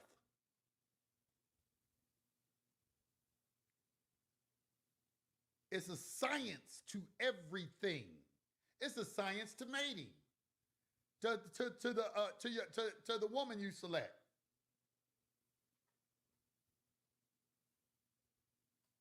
It's a science to mating. They done restricted my somebody done reported me and got mad at me, and that, you know, that would be happening on my lives and everything. But I started doing that on other people too. I said they're gonna report me. I'm gonna start reporting them too. You know, like hell, you know, like, well, I don't like what you talking about either. Let me report your ass. I'm offended. You know, I get offended. I go on a TikTok now, and the women get to yap it out the mouth. I report their ass. Hatred, spreading hate. I report their ass too. All right, but you're gonna look at this law of tenfold return. All right, let's put this back. Let me put my face back on the screen. Let me take some calls. Let me take some calls right now. I know I'm tripping. Damn.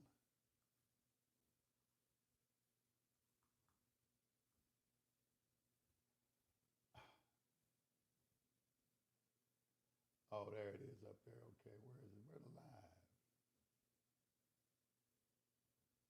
Oh no, I'm not supposed to be doing that.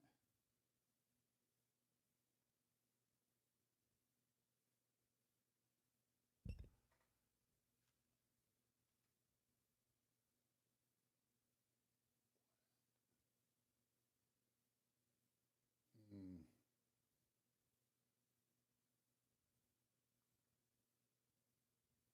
Hey, what happened to my? Is it okay? There you go. All right, it's back on. Okay. All right. All right. Sorry about that, y'all. Okay.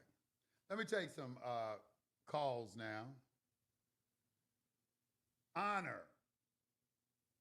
Okay, you won't. Honor. Yes, sir. Yes, sir. How you doing? I'm doing good, bro. How you doing? I'm all right. I can't get over there any other way other than PayPal.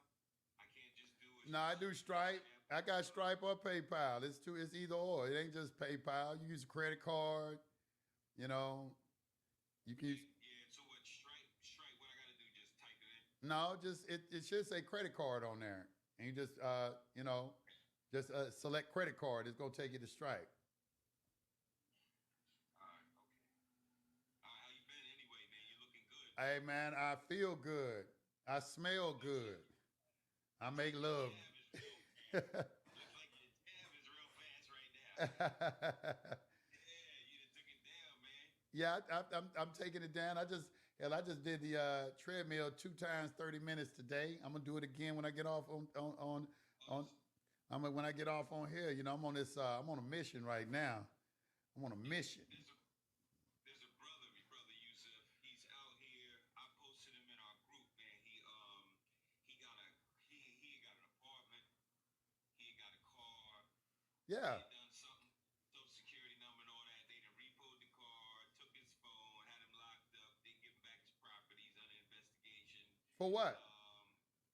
Um, Apparently he was discharging debt or using a 1099 process or some kind of bill of exchange to purchase a vehicle, to lease a property in his trust name, and the guy just, I don't know. He's in trouble. He's not part of the group, but he's out here. I'll DM you or something. You know what I mean? His name and all that. Okay, I'm trying to But see if I can make your he was in voice. a bad way last time I ran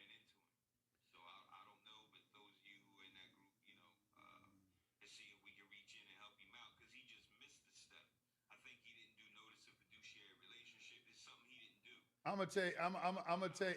I'm gonna tell you. Something he didn't do because if the way it doesn't look like he should be in the spot he's in. Well, I'm gonna tell you like Oh, this. and I didn't mean the SPC group. I meant the ah, I gotta find him. I'll share it. I'll share it over to him. Okay, let me. Anyone that's in here that's a moderator or is in SPC if he doesn't catch me. Wait a minute, hold on. Let me get. I'm trying to. This brother taught me about natural law, man. Okay, I'm right here. Can you see me? Understanding. Can you see me? He taught me. You can see me, right? Yes, sir. I can. Okay. All right. I was trying to put you in through the channel you in so everybody else can hear you speak. But go ahead and ask your question. I'll. As far as listen, let me tell you this. I don't know what process he used. I have to see it. First of all, you got to stay away from this word buy. I keep telling people, I don't know how he did the process. I wouldn't even have accepted the car because the guys, they think that just because they got the car that they accepted the instrument. The instrument has to clear. Okay. So first of all, the next thing it is, you need to explain that very thoroughly to the finance manager. See, the whole key in purchasing the car, as y'all like to say, is finding a finance manager that understands the process and is willing to work with you. You don't throw this on finance managers that think they kind of desperate to sell a car and you gave them an instrument, it looked like a regular check, and then they find out later on that it's some bullshit bill of exchange that they got to go through some whole bunch of steps to try to get. No, you know, you got to find somebody. I remember I spoke to an owner. I've had the opportunity to speak to an owner of a Mercedes-Benz dealership during this process, and I'm going to tell you, and there I have witnesses to this because I wasn't alone when I talked to him, and he told me because I was trying to get a S63 Mercedes-Benz. It was about $160,000 car, and I did the purchase order agreement, gave them the instrument, sent it to him, and I said, you know, and then they didn't want. Then they called me up and they said, well, I don't know if we can accept your instrument. We can't accept it. I said, well, okay, well, send it back to me. And then they said, okay. And they never sent it back to me. So I was mad about that. So my friend, another friend of mine, I told him what had happened. And he said the owner of that dealership is my friend, is my personal friend. I'm like, really? He said, yeah. He said, I can get a meeting with him. So he got me a meeting with him. And when I went to talk to him, this is where I kind of went off the rails because he was a brother too who owned it, and his wife was a federal prosecutor. And when I sat down to talk to him, I was like, I said, say, man, I say, you need to give me back my instrument or give me my car. So I came at him kind of sideways. And you know, now this is a millionaire black businessman. You know, you really don't talk to, you know. I've come to learn you don't handle dudes who got power and money a certain kind of way, especially black men. You know, you don't handle them a certain kind of way. And I came in kind of coming off. I know I kind of threw him off how I approached him because I was kind of upset. Like, look, man, you got my instrument. You said you're gonna send it back to me. You didn't send it back to me, and you gonna keep the car. You ain't gonna give me nothing. I said, no, this shit ain't happening. So he said, I ain't gotta give it back to you. He is the one that taught me why you don't get your instruments back is because you don't have a claim on it. The claim is under UCC 3-603 and UCC 3-305. UCC 3-306 and UCC 3-305, which is claims to an instrument and claims in recoupment. But to get to either of those, you have to fulfill the requirements of UCC 3-302, which is holder in due course. I learned all this from him. All right. He taught me, he said, I got to give it back to you because I don't have a claim on it. The claim on it is that to make it to illustrate it to you is that let's say you have $100 bill. I always use this example. Let's say I'm walking and I have $100 bill and it falls out of my pocket and drops on the ground. And somebody comes behind me and picks it up. And I turn around, I'm looking, I say, where's my $100 bill? I say, hey, that's my $100 bill. And he said, no, it's not your $100 bill. I said, yes, it is. He said, no, it's not. He said, well, how do I know it's yours? And okay, so the police comes over and say, hey, what's going on? And I tell the police, I said, this gentleman, I dropped my $100 bill on the ground and he picked it up and now he won't return it to me. And the gentleman says, well, no, I don't have any evidence or any proof of claim that it is his. So the police say, well, where's your proof of claim? You're making a claim. Where's the proof? And I pull it. And just so happened, I had made a photocopy of the $100 bill. All right. And I pulled it out of my pocket. I said, well, I just so happened to make a photocopy of it. As you can see, the serial numbers on my photocopy are the same serial numbers that are on that $100 bill. Now I ask you, Mr. Officer, every serial number of every $100 bill in the world is unique. Now you tell me how I magically had in my pocket a photocopy of this $100 bill. And let's say I even took it a step further and I filed a copy of a stamped copy of that $100 bill down at the courthouse in the public records. And I show them a stamped copy. You know where I got that from, gentlemen? I got that from the DEA when they go out and do, because you know I was doing what? I was helping people in jail get out. So I'm coming across people's discoveries and I'm seeing that when they go out and do a drug bust or they're going to do a drug buy, the money that they're going to use, they make photocopies of it and then file it in the case. And they stamp it. It got serial numbers on it. And they file it prior to the action. They filed it prior to the action. All right. Wow. So, all right. So they got proof of claim. This is our money. All right. So that's where I got that from too. So that's what UCC 3-306 is talking about, claims to an instrument. Well, you have a proof that this is your instrument. A signature is not proof, because Federal Reserve notes all have signatures on them. They have two, but that's not what is important. All right, what's important is, are you the holder in due course, because they're negotiable, which means they go from hand to hand to hand. So in order for you to have a claim to recoup the proceeds of the note back, because remember they used to give us our checks, or you got to have a proof of claim where you can get the proceeds of the instrument back, and you need to have a claim on the instrument. That's why you don't get your promissory notes back from the mortgage company when you're at the closing table. You don't have a claim on it. Yeah, they can take it and securitize it. It's a negotiable instrument. What creates that claim? You filing like with a UCC1, like, okay, like say for instance, I'm going to issue an instrument. I already have a UCC1 file. So I'm going to take a UCC3 and in the collateral description, I'm going to describe the instrument, put the check number, all that on there, who it's going to, the amount of it, name of the company, all of that. And I'm going to file that as an amendment on my UCC1. I'm also going to make a copy of it and send a copy with my instrument. Sending a copy with my instrument fulfills the requirements of the UCC 3-302 because you have to give notice, which is UCC 1-202, which is notices.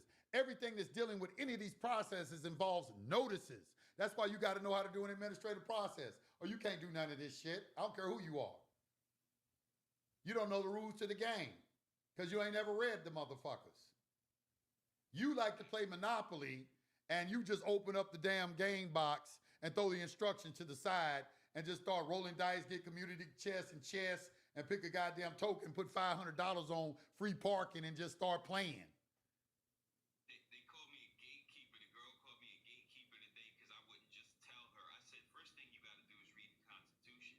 You got to read House Joint Resolution 192, June 6, 1933. We got to stop. Listen, let me tell you this. We got to stop telling them anyway, because them the motherfuckers going out fucking up everything.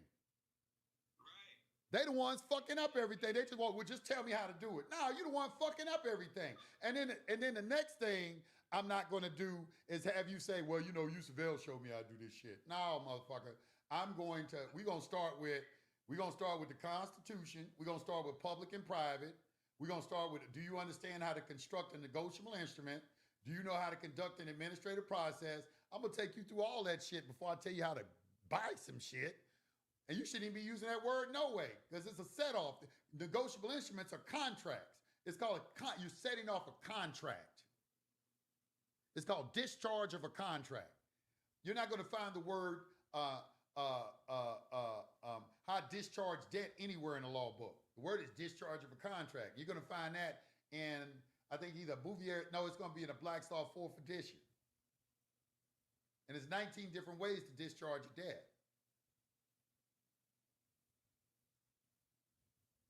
So You got to you no negotiable instruments. The reason they use the law merchant is because the law merchant had the rules to how you engage in commerce with negotiable instruments. They adopted that because they're not using gold and silver anymore, which is money of exchange. Now we have money of account. There's an accounting going on, so they just adopted the rules. The UCC is all over the planet. They just don't call it the UCC everywhere. I just had to help a group in Poland find theirs. It ain't called the UCC. It's up in Canada. They don't call it the UCC. They call it something else in every country. But it had to be uniform throughout the world because the world is all using negotiable instruments. So there have to be rules that everybody follows the same rules. And you's a fool if you start there saying, well, you don't need to learn that UCC stuff. Bitch, shut up. You the problem.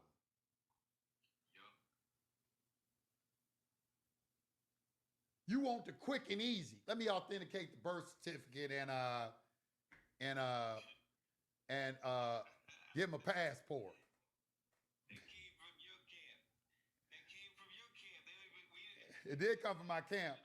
Both of them came from my camp. I did. We started both of them. But the thing about it is, it's so much more than that. The reason I honored the birth certificate process, because the guy who had Copper Moonshine Steel's website, I came across his website in 2010. He's been on the internet a very long time, all right? And so he had this passport process, and I used to just read it, and the reason I liked it because he understood the social security number. All right, don't put that damn social security number on your passport application. And I said, okay, he understands, all right? So his process, I understand it, because he talked about state, national, and and things like that. When you're a 14th Amendment, you're an American citizen or you're a U.S. citizen. All these things that he's talking about. He understood it. So I didn't denigrate his process or anything because he does understand it. The reason I made the video on YouTube was because people were selling it. All of a sudden, I saw some guys pop up and they say, "I will authenticate your birth certificate and give you private status for $2,000." And I was like, I'm like, damn, they just stole this dude's information off of his website and selling it. So I said, well, shit.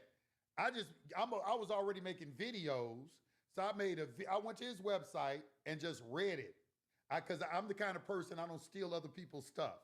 So everything on the website, I made my slides. It's still on my website, right on my YouTube page. Anybody can go over there and watch it right now. It's called How do you become a get diplomatic immunity, something like that. But silver bullet to your product. It's a couple. Check it out. Yeah. Now let me tell you, he don't have the best passport process. Fam Guardian does. Fam Guardian got the best passport process, not him. He got a good one, but Fam Guardian addressed what correspondence you send with them. What do you do if you did have to give them the social security number? Fam Guardian, FAMGUARDIAN, Fam Guardian. Just put in Fam Guardian passport process. It'll pop up. I think they're making you join them now. They used to give it away for free, but ever since I started talking about them now, they locked it up behind their website, won't let you get access to it for free. And they try. Well, I got their stuff and I tried to put it on SPC University and they found out about it, tried to have my website shut down, just putting it on my website. So that's why I don't have it on SPC University. But they have a very good passport process. It's more involved. Why don't we rewrite it? Have AI rewrite it. It's Hey, make this my own. I want to avoid copyright infringement. Yeah. I actually thought of that. I actually thought of that. And I was going to, but you know what's good about their process is they also incorporate religion into their process, which I love. I don't agree with their interpretation of the religion, but I like that. And they're very well studied. They understand taxes. They've been on the internet a very long time. They've been on longer than Copper Moonshine Steels. So Fam Guardian. Huh? Have you heard Brandon Joe Williams? Brandon Joe Williams used to come to my seminars. I wanted to know if you knew. one stupid, one stupid fuck or something like that. Yeah, Brandon. He comes into my group sometime. I don't have anything against Brandon. He got a good grasp of things. And look, there's another. They the generation coming up behind me. So I'm gonna be out of here in a little while anyway. So the baton is getting passed to them. So I don't have anything against them. What I don't like about their generation is they don't give credit. I came out of an era where where plagiarism was serious. Plagiarism. So I was raised in that environment where you don't plagiarize somebody else's stuff, and they don't have no qualms about stealing somebody's stuff and then presenting it as their own. When I understand that the whole thing about everything what we're doing is we're building on the people's knowledge before us. So if you're not coming with something new, like really my contribution was really the public and private thing, making people just really hammering that down in everybody's mind. Because before that, people weren't really explaining it and hammering it like, dude, you have to understand this. And you got to understand the difference between public and private. And it'll open up that law library to you. All of a sudden, you begin to start to understand everything. Everything that was confusing will all of a sudden make sense. And that's what I see about them that I don't like. And then they recycle old information. They bring them back information that is old, that didn't work. Like Fred and Nina, why'd somebody do this? I'm gonna mention it. Fred and Nina had that thing using, they went and found the definition of closed account, which a closed account is an account that's closed for adjustment and that is closed for debits and credits, but remains open for adjustment and set off. So they had a little seminar. They was going all over the nation, getting people to close their bank account and then taking the checks from that bank and then writing EFT, electronic funds transfer for deposit only, on the back of it and using that to discharge debt with automobiles. And it was working. However, it was reversing. So what they would do, they would tell you once the dealership sends you the title to the car, immediately go take the car and go sell it. Immediately take the car and go sell it. Another little hustle they was doing this with the high-end cars. They were taking people who couldn't pay for their cars. Like, let's say you had a Ferrari, a Lamborghini, or something like that, and you couldn't pay for it, and they were getting ready to come repossess it. They would go to the person, and let's say it's a $200,000 car. They might say, I'll give you $20,000 for it. Give me the car. You just give me the car. And then what they would do is they would go and then put an ad in the newspaper saying that, that anybody claim this car, interest in this car, and do it for about 6 weeks. After 6 weeks, they would take the ad in the newspaper and then they go up to the courthouse and get a judgment, and they get, I think, a salvage title or something to that, get the title to the car, and then sell the car. And then I happened to be in the courthouse one day listening to the district attorney talking about the shit. I was right next to him. I knew the dudes who were out there doing it. He said, these dudes got a hustle going on. They are making some money, with these cars and everything. I watch somebody go and try to do what I'm saying right now. I put that out there just to see if somebody gonna try to go do it. But I only said it to say that's the power of giving this.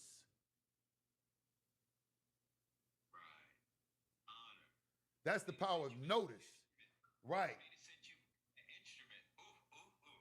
Send it to them. Man, it's a whole bunch. Listen, I could tell y'all 1,000 different ways to do shit, man. I was a hustler. I've been doing this 20 years. But the thing about it, I've been doing it for so long, I understand people now. I didn't, like for instance, yesterday, I did a show. I felt good about my broadcast yesterday. Then somebody come up in my chat and say, yeah, this person right here told me that you scamming people. And I'm like, I was going to respond to it. And for a minute, and I said, why respond? And I just blocked them and everything. I ain't respond because that's the devil coming. Because like, nigga, I've been doing this 20 years. I understand what I need to do. I need to, first of all, make them understand basic civics, because nobody has they didn't learn nothing in high school. So we don't have nobody. The high schools have failed all of you. All right? They have failed all of you. The United States of America is a constitutional republic. The Republican form of government is guaranteed in Article 4, Section 4 of the Constitution. The word democracy is nowhere in that document. Nowhere. So they're going to try to get you and say, well, it's a democratic republic. No, a democracy is mob rule. It's ruled by majority. A republic guarantees the rights of the individuals regardless of what the majority says. That's the fundamental difference. So they not the same. Though people will try to make you believe that they are the same. The problem I have with that is, okay, let's say they are the same. Well, why we just can't say they trying to, go against our democracy, our republic? Why they keep using the word democracy? Why we can't use the word republic is my point. If they the same, well, let's use the word republic. Let's stop using the word democracy. Let's just use the word republic because that's what's in the Constitution. If they the same, let's just stop using that word democracy. This is a threat to our democracy. And let's start saying this is a threat to our republic. And to the republic for which it stands. One nation under God, indivisible, with liberty and justice for all. And to the republic for which it stands, one nation under God, indivisible, with liberty and justice for all. They hate that shit. Yep. But that's what they stand under. Right. That's So, what they serve under. hey, what about, Sovereign Defense Ministry, SEDM, they good too. They've been around just as long as Fam Guardian. Yes, they have. I'm sorry. Thank you for the $4.99 Sunflower. Yes, I'm giving SDM they props too. They right on par with Fam Guardian. They both been around a very long time. They put out some good information. They for people though that's gonna do some serious study. Them quick and easy people, they ain't trying to fuck with nothing over there. They ain't trying to fuck with nothing off them websites. Them websites for people like me. Motherfucking serious researchers, who already have mastered the principles so we know what we're reading. And we're not going to come out and give people misinformation. But yeah, they've been around for a very long time. I give them their props. Fam Garden and Sovereign Defense Ministry. Yeah. Let me see. Let me give a shout out first of all, everybody give me a donation. Thank you for the $1.99. Make the dream great. Appreciate it. The $5. What is that? MIK.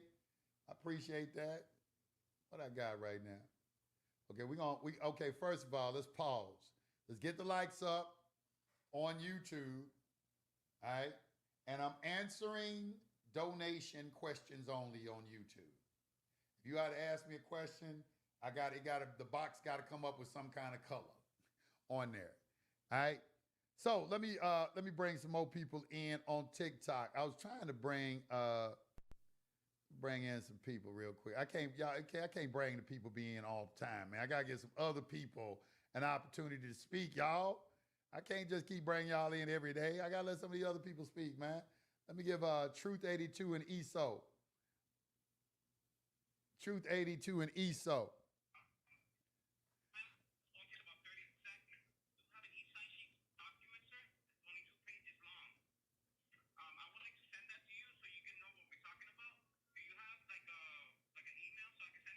Oh, yeah.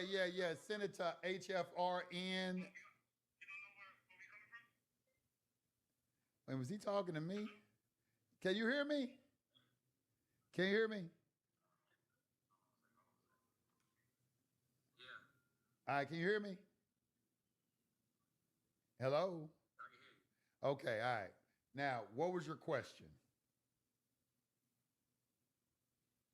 All right, go ahead.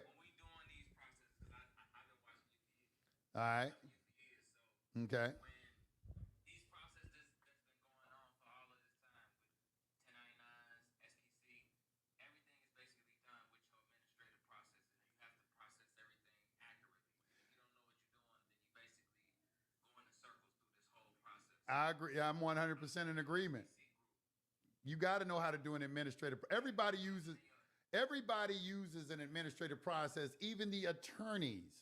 All right, what do you think they're doing when they foreclose on you? They put an ad in the newspaper and then send you a letter and everything. They do an administrative process against you. You have to give notice. Everything in commerce starts with notice, some kind of notice. All these processes are some kind of notice to rebut some sort of presumption or to honor some sort of obligation or some sort of duty that you have.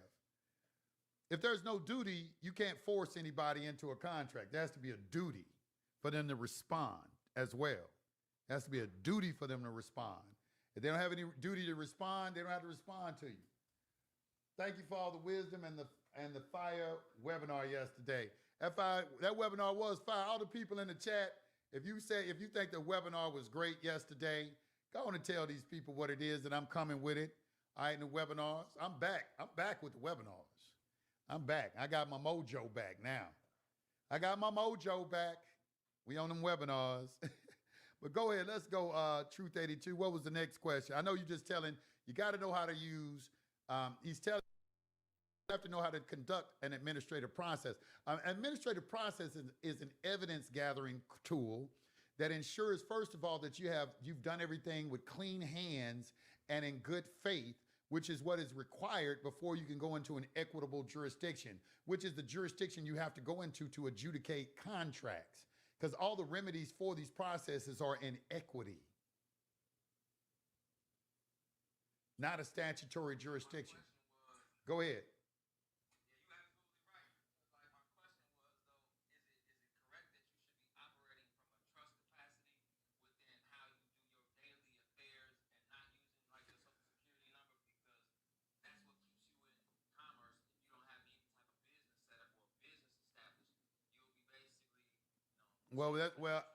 You must have came in late, because early in the program, that's the first thing I said is you have to have a business. Everybody on it who listening on this broadcast should have incorporated something. Everyone, even if you don't have a brick and mortar, everyone, your children. If you got 5 kids, you should have a corporation for all 5 of them. And so when they get older, let's say they're 15. And you get them a corporation right now, and you just letting it sit on the books. You're gonna pay every year. You're gonna pay the fee, the franchise tax. You're gonna pay that. All right. You might even go get a bank account for them and open those up. But if you really want to get down with it, you're gonna be working on the business credit for those entities. By the time they get 18, 19, 20 years old, you hand them their corporation, and now they got a company, already got business credit attached to it, and now they ready to roll. And it got age on it as well. Because a corporation becomes more valuable the older it gets. And banks ain't gonna really deal with corporations. They younger than 2 years old. So anybody, if you wanna check and see what I'm saying right now, just go to Shell, put in Shell Corporation in for sale and Google, and go on those websites and see how much they're selling those corporations for, those aged corporations. I'm giving you the game for free. You call people gatekeepers, all this shit. We come and giving you game.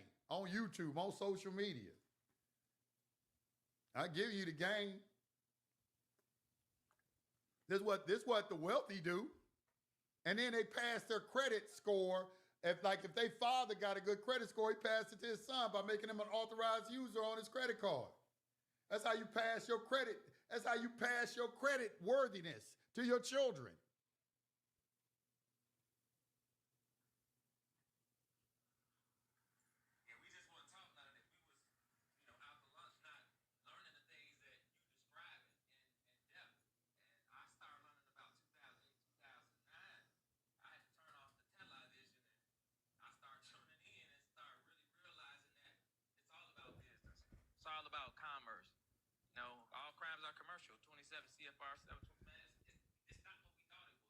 Let me tell you something. What the first thing that happened to me that opened my eyes that everything was commerce. It wasn't 27 CFR 72.11, all crimes are commercial. It was because I was a jailhouse lawyer. And I was very well respected. And so all the inmates would come and talk to me about their cases. Before I would talk about anybody's case, I would say, I would need to see your discovery. I want to see your paperwork. And most of the time they didn't have their paperwork. Most of them guys in there just sitting around, don't even have their paperwork, when all they would have to do is write a one-line letter to the clerk which says, "It is my understanding that I'm entitled one free copy of my discovery. Could you please forward my discovery to this address?" And they will send it to you. All right? Send you all your paperwork. I've done it 100 times. So I got this paperwork, and when I started, the first thing I would do is read people's indictment, because I would look for the fact whether or not the grand jury foreman signed the indictment. You would be amazed at how there are indictments out there that aren't signed. Also, I know this for a fact, some of these indictments just rubber stamped. They didn't even take it in front of a grand jury. Because I used to do some indicted release requests for like 50 people at the same time. It come back the next day, all 50 of them indicted. I'm saying, you took all 50 of these people in front of the grand jury yesterday? That's how I found out they was rubber stamping shit. I said, y'all didn't take this many people in front of a grand jury in one day. All right, so at least I don't think so. Unless they doing some old McDonald's in and out shit. You know, that's the only way I can see it. You didn't really take the merits of the case before a grand jury, and they don't let you in. Now you have a right to vote for the grand jury and the petite jury. All right. So you need to understand that. That's also in federal law. If they convened a grand jury and you weren't there to pick them, you can abate that and make them go back and do it over.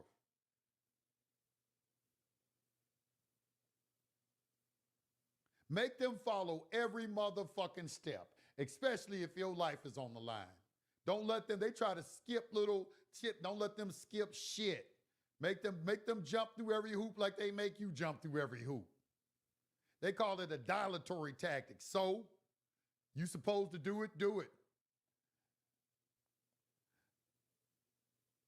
All right, so, yes. All right, so I guess, where are we at right now? My mind kind of like, all right, I got to let some other people in, want to ask some questions too. All right, let me roll and shred.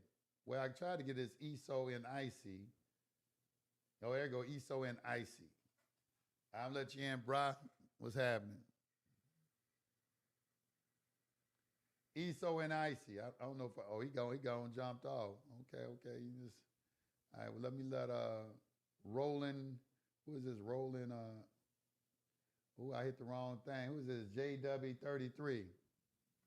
What's happening? Yes, sir. Yes, sir. You there? Can you hear me? I can hear you loud and clear.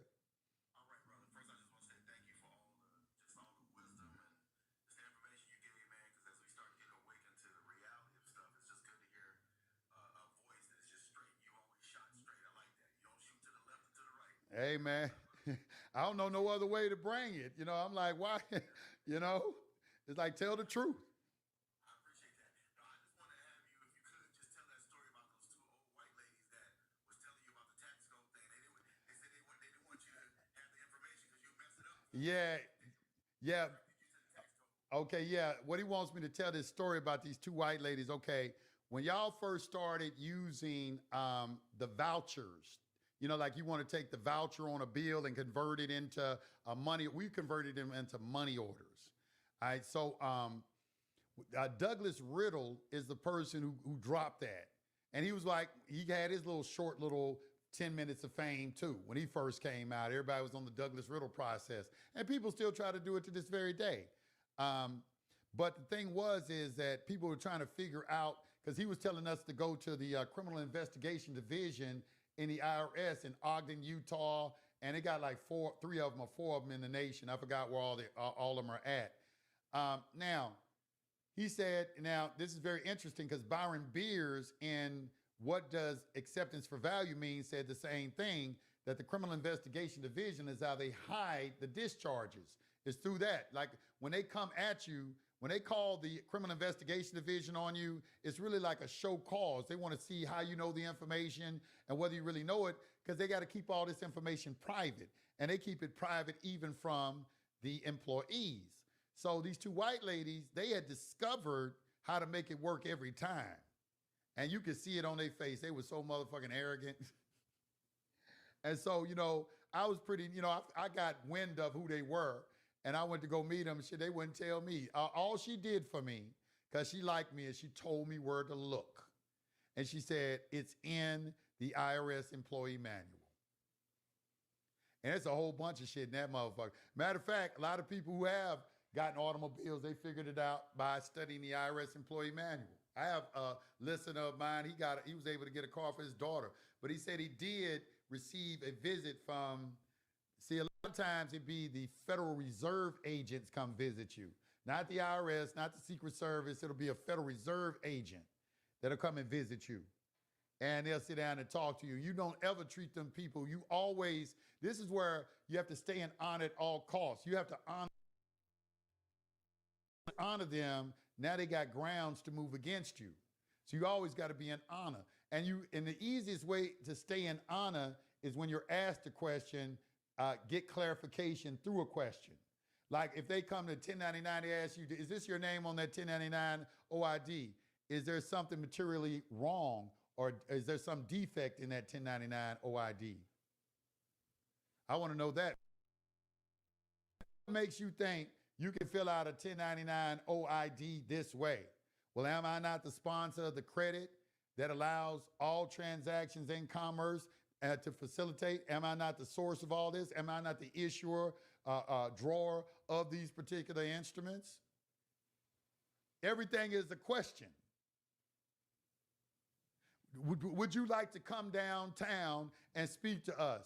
Well, I will agree if you will accept my fee of $10,000 for me to travel down there and speak with you down there, if you agree to those terms. Old school shit I'm giving you right now. This old school shit. It's old school. It's just got, it's like I listen to all the new people, like the old school shit just lost. It's just like, it's old school, just things like, but the principles, this is the thing about it, the principles never leave. The burden of proof is on he who asserts, not he who denies. That's never going to change. It is better to be thought a fool than to speak and remove all doubt. That's not going to change. Anything you say can and will be used against you. It's not going to change. These are just basic principles that when you understand them, they will govern your interaction with the public as long as they remain, in the forefront of your mind. You got to watch your mouth. If people could control their sexual desire, control their appetite, and can control their mouth, they will be successful in life. They will be successful in life. If you can do those three things. Those are usually the root issue of most people's problems. An inability to control their sexual appetite, an inability to control their appetite, and an inability to control their mouth.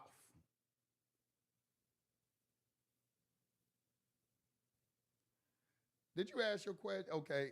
Yeah. Let me let some other people in. Oh, I got to let my man in now. Now I need the speaker. I got to let my man in. What's happening? Y'all hear you loud and clear, bro. What's happening? What's going on?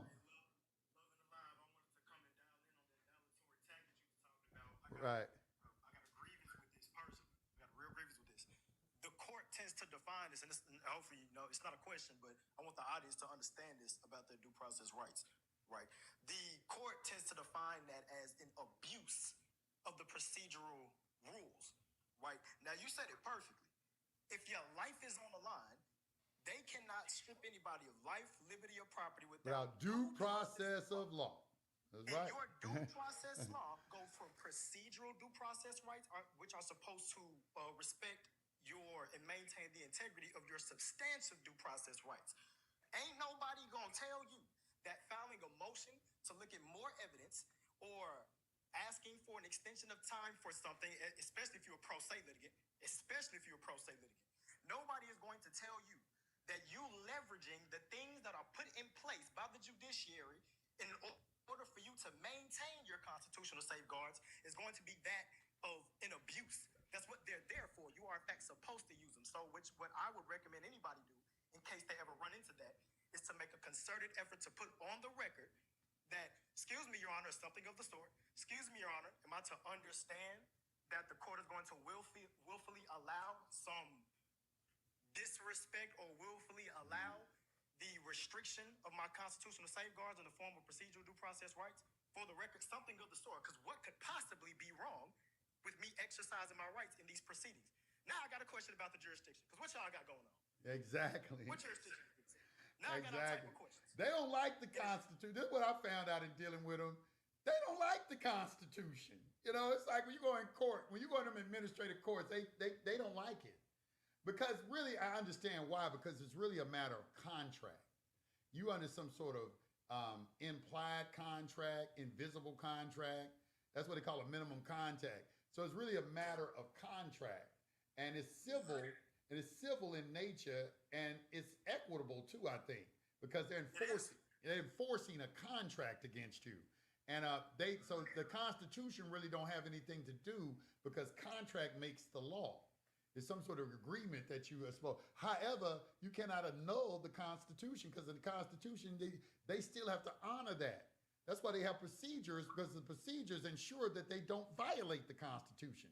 So here you are trying to sidestep a procedural aspect of everything. So you got to do this, but they don't like to though. That's all I'm saying. They hate the Constitution. That gives you kind of merit and basis to even begin to question whether or not this proceeding or this action is prejudicial. Because you cannot tell me that y'all made a procedure, just like you talk about separation of powers, right? The reason we have these procedures in place are because certain judicial determinations on your life or your property or liberty can only be made by judicial officers. So if you're going to be a lesser or legislative tribunal, administrative agency, you can do that, make your initial findings and initial determinations and X, Y, Z. But if you step outside the ambit of your delegated authority, there's a check on that. So while you're right, exact Constitution, they say don't really matter there, but that's still the check that we put on those venues, or the nation puts on those venues and those tribunals to make sure that they don't disrespect your private rights, your individual rights. Everybody, one of the things I hate is when somebody tell me, you know, the Constitution, they did away with the Constitution. I'm like, man, shut up. Okay. Everything that they are doing right now, even their other constitutions they created, are only in existence because of the organic Constitution. Let me explain. The government can create these other constitutions. Now, people will take the time to get a Black's Law Dictionary and look up the word Constitution. Always start with the definition of a word. So when you go and look up that word, there's going to be a sense that goes into what is called parliamentary law.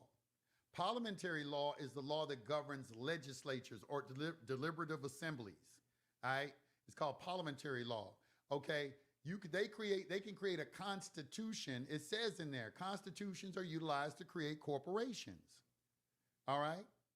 All right, so yes, they can do that. The Organic Act of 1871 that created this United States Corporation, they have the delegated authority to do that. But that delegated authority only derives from the Organic Constitution, which is under Article 1, Section 8, Clause 17. So for you to say they didn't do away with the Constitution. What they did was they took you out of the Republic. That's why there is a document on the internet called "The Republic is a House No One Lives In." The Republic is a house no one lives in. You voluntarily elected to receive benefits and privileges in 1933. The Great Depression, let me explain something. Let me give you some history. The Great Depression was the introduction of the welfare state. All right. Now, what it was is when they took the gold and silver, you started going to the government needing help. I can't take care of myself. That is not the United States of America. That's why y'all don't like Donald Trump. Y'all don't like Donald Trump because Donald Trump is getting rid of the welfare state. He's attacking the welfare state, DEI, all these programs y'all talking about, all that shit is welfare. That's not how the United States of America was created. The United States of America was created as a free country. What that means is you're responsible for everything. Nobody gonna take care of you. Nobody's going to take care of your children. Nobody's responsible for your health. You responsible for protecting your property. That's why we got gun rights. Motherfucker step on this motherfucker, gonna blast his ass. That was the United States of America. When you started having to go to government for benefits and privileges, you had to relinquish those rights. That's what the Ashwander rule is. The Ashwander rule number 6 is they 7 rules that the Supreme Court goes by before they will take cognizance or issue certiorari for some sort of matter. It has to be a constitutional question, and it has to be something that cannot be adjudicated by one of the other branches of government. They have to defer to the other branches of government, because if it's within their jurisdiction, we have what is called separation of powers. So the Supreme Court can't take cognizance of everything. One of the things they can't take original jurisdiction of are U.S. citizens, because U.S. citizens that is a citizenship that was created by Congress. So it falls within their purview.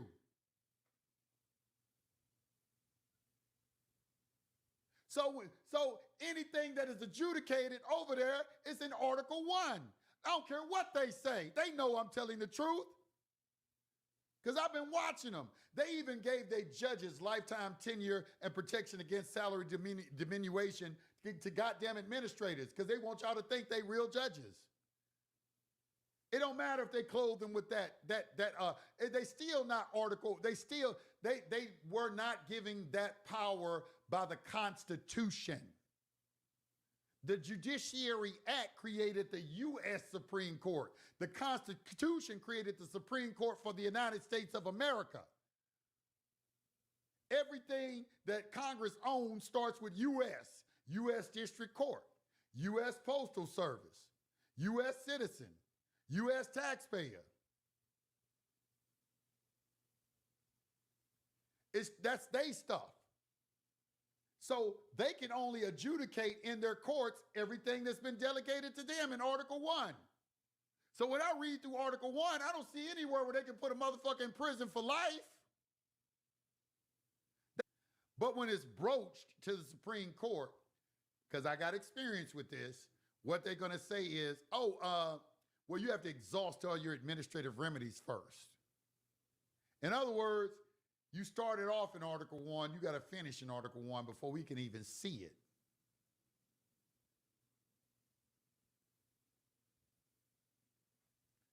And they're not wrong for saying that, because they have to honor separation of powers. So a lot of times when you saying, well, these judges are corrupt, they're not corrupt. Your ass is just civically illiterate. Because you're supposed to know all this shit in high school that I'm talking about. This just goes to show how much of the public has been dumbed down. When you look at people on the internet talk about politics, talking about with Trump, like an example, Donald Trump, when he took over Washington, D.C., and they got a black female mayor there, she better not say shit. That municipality is a result of the Act of 1871. Congress did that. If they want to annihilate all of that shit, they can do it. They don't even have to have no municipality. They don't even have to have no mayor in D.C. if they don't want to. That's why you see she's so agreeable and watching what she say, because she don't have no authority in D.C. But, they're attacking this black woman and all that. Well, maybe you could get a hold of the crime in the country. Because in all the Democratic-run cities in this country, it ain't nothing but shitholes.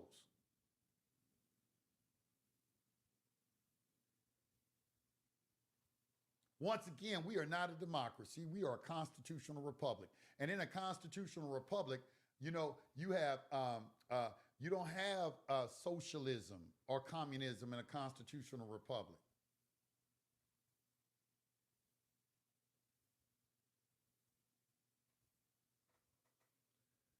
In a constitutional republic, everybody does business for themselves, and they are rewarded for their ingenuity.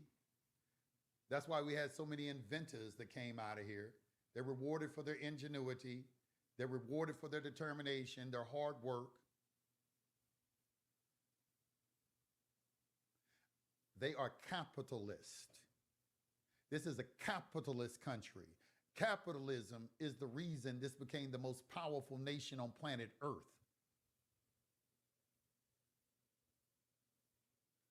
They want to come in and weaken it and make it into a socialist. Man, let me tell you something. Socialism ain't never worked. Somebody trying to talk about socialism worked in Scandinavia. They only have evidence that it works in small countries, not in a country that got 365 million people. It ain't never worked in nothing like this. You know why? Because it goes against the laws of nature. Because under the laws of nature is the law of attraction. How you gonna stop a person? How you gonna try to make everybody equal when everybody don't think equal? Oh, you gonna brainwash everybody into thinking equal. I get it now.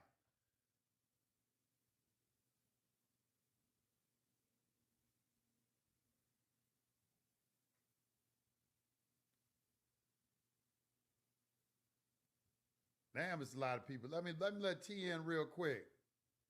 Now I'm gonna let Tamar in. This lady right here, I'm gonna give her a shout out. I'm gonna let her speak. Now, she is an individual that I give a lot of respect and honors to because she practically went through the same thing I went through when I was learning all this information, and she was able to extradite herself from it. I was there from beginning to end, coaching her. She bouncing questions off of me, because she got, she had an issue she had to resolve. I'll let her talk about it if she wants to talk about it. It's her business. I'm going to discuss her business. But what I will say is that there were times I offered suggestions and she didn't follow my suggestions. She went with her heart. And the reason I say this is because sometimes you can be in a situation and somebody can be helping you or sincerely trying to help you. But I can only offer so much help in certain situations because I can't go into court with you. I can't go into courtroom for you. I can't represent you. I can't do any of those things. So it's a limitation on how much assistance I can give you. So there's going to come times, though, where you're going to have to let your spirit guide you. You got to listen to that inner voice. And that's why I honor her because that's what she did. She listened to that inner voice. Go ahead, Tamar. Go ahead and introduce yourself to the people. Hey, brother. Hey, Yusuf. How are you? Hi, panel, and hi, everybody that's out in the audience. Thank you so much for bringing me up. And one of the things that I want to say, just doing your mentorship and me going through my trials and tribulations and beating the government not once but twice, what I will say is this. It is a spiritual walk, which is something that you tell us all the time. It is a spiritual walk. Yes, there are many things that you instructed me on and gave me mentorship on, and I did not follow. I believe all of us have to follow our own path. But one of the things that I will say I will never forget that you taught me that served me very well in the end and allowed me to win, one was when you were in open court, make an appellate record. It is on the record. A lot of people think this is about just filing paperwork. So if you are anybody that is on the panel or is in the audience and you've never been in court and stood 10 toes down in person, then there's not very much.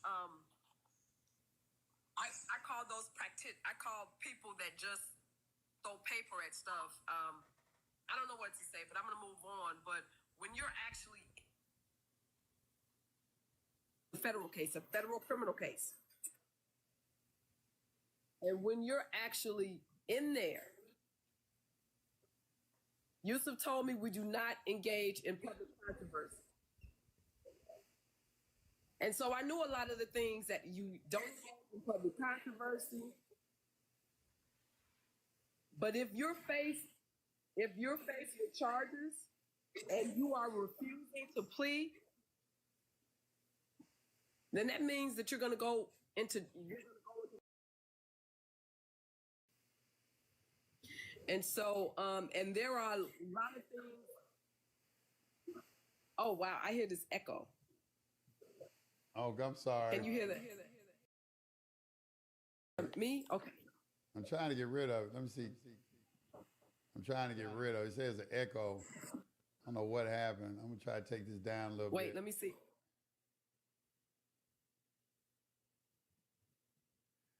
Okay, well, let me just take it back. I'm gonna have to take it off. Hold on, I'm gonna take it off. I was trying to channel it through the thing, but I turned it down. that's okay. Go ahead. Johnny. Still hear echo, or was it Yusuf? All right, that should have killed the echo right there. Okay, then it must have been me then. All Okay. right. So, what was I saying? One of the main things, that you taught me is one, you have to get rid of all fear. When you're standing up and when you're fighting, if you have fear, you are not going to win because they will crush you. And they understand that fear, coercion, and intimidation is how they win.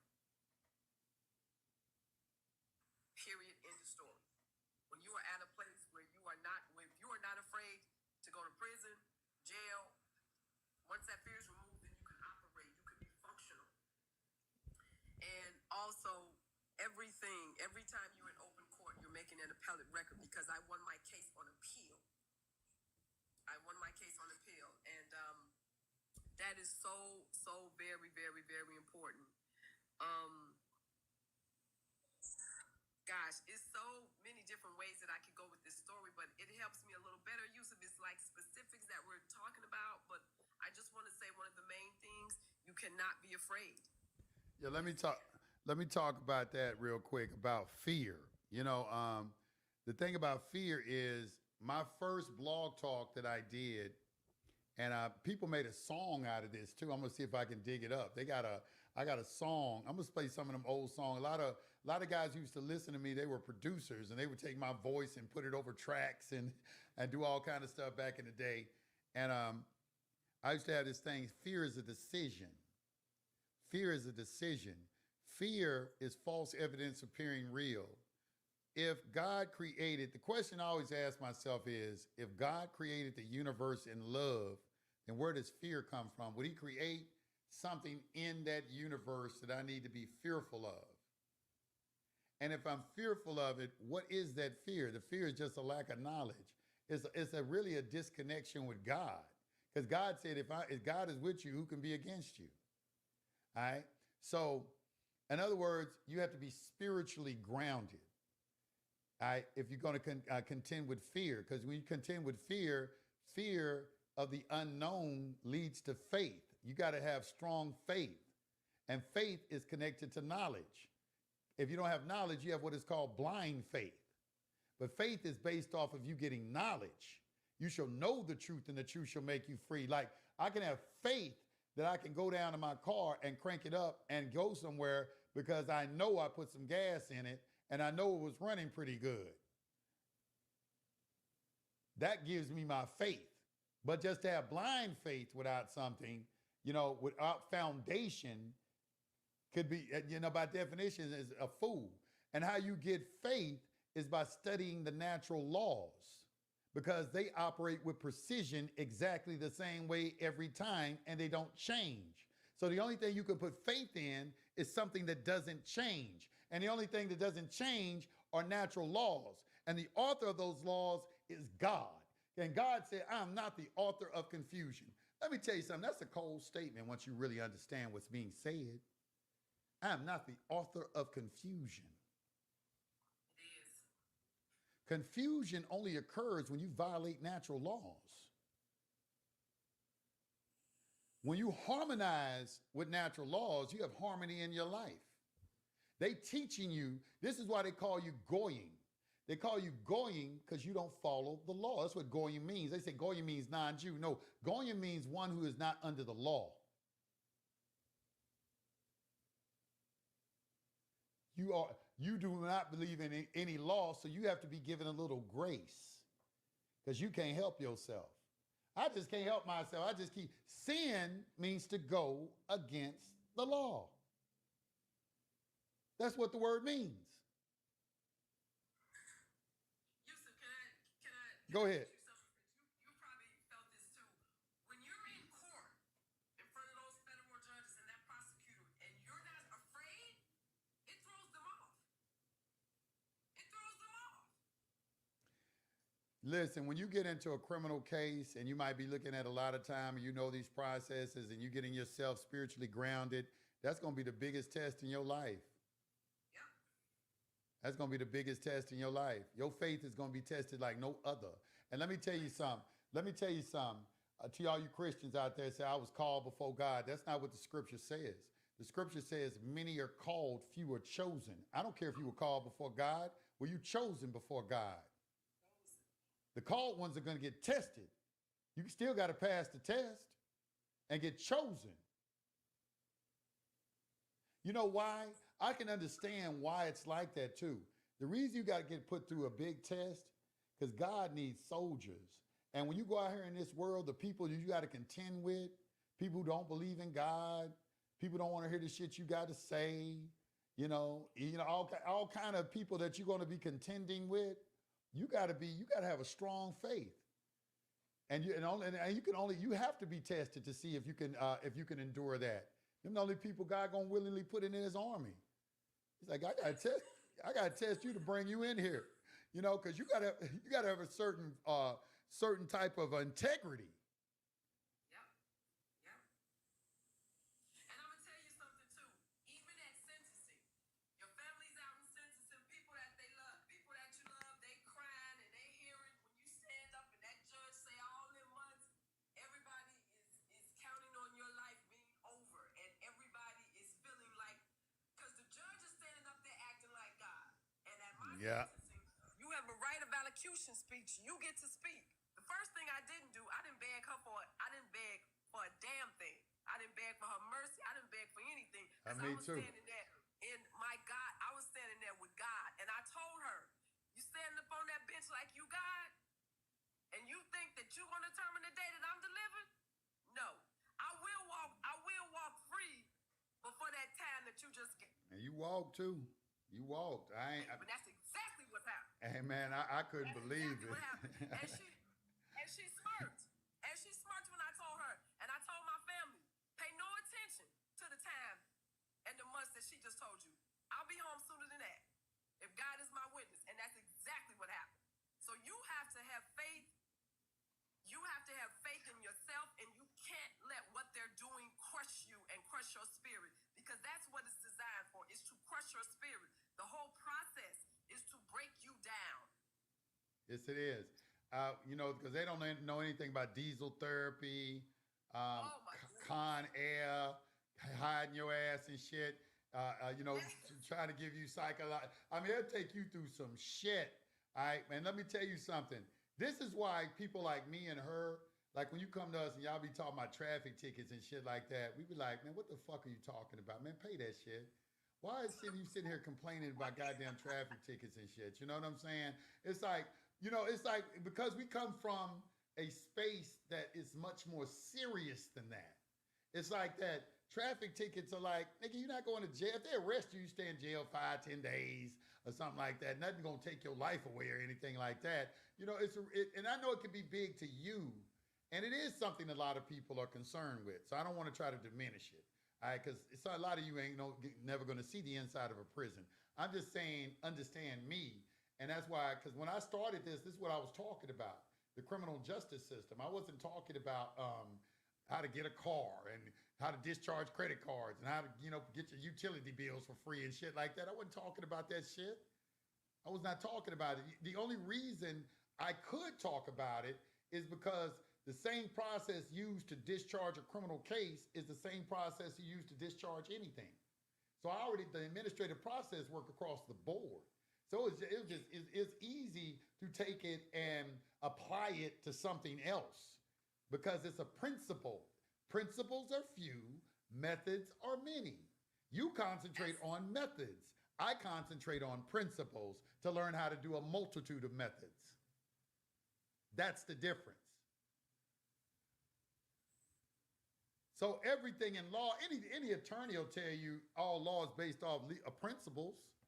The principles is what they study and procedure.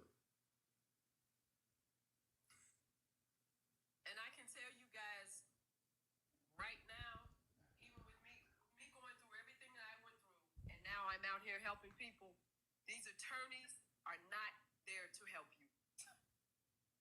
Not there to help you. I've seen too many cases where they do absolutely let me talk about these attorneys. I hope you, if you're an attorney right now watching, this is for you. All right, this is for you because I know how you consider this stuff to be some sovereign citizen or it is some internet speak type shit that you don't want to lend much credence to. And I probably have just as much respect. If you now, let me just say this first and foremost. I don't. I'm not dismissing all attorneys. I think attorneys are needed in different fields of business endeavor. I think they are required. I think they serve a purpose. I just have yet to see how they serve a purpose really in a criminal action or even in real estate or anything like that. Those to me are the two most corrupt forms of law that I have had been affiliated with. And you know that I'm telling the truth. I've seen people who have paid attorneys $1 million, $2 million, $1 million, $500,000, 300,000, 50,000, 100,000, and I get the paperwork and it all looks the same. It all looks the same. Y'all will file a motion to suppress, a motion for bond, and now you come in to offer a plea deal.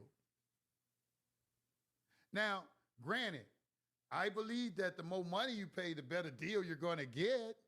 I think you're able to negotiate because that's what really so why don't you just say that, you're going to give me $500,000 to negotiate a good plea deal for you. Maybe you have to break bread with the prosecutor or something under the table. I don't know. You know what I'm saying? But it amounts to just a bribe is what it is. I got this from also, what book did I get that it was talking about that? It's like, because y'all not conducting any really no defense. This is why, and then people, let me just say this to you too. I wouldn't even exist if you were doing your job correctly. Because you know what I'm saying? Because the number one thing that everybody in federal prison trying to get back in court with is ineffective assistance of counsel, where they get in there and they start reviewing their case and they see where their attorney threw them under the bus. Didn't object to something. You know how y'all throw a person under the bus is real slick. It basically comes into not objecting to hearsay evidence, allowing shit to get on the record that shouldn't be on the record.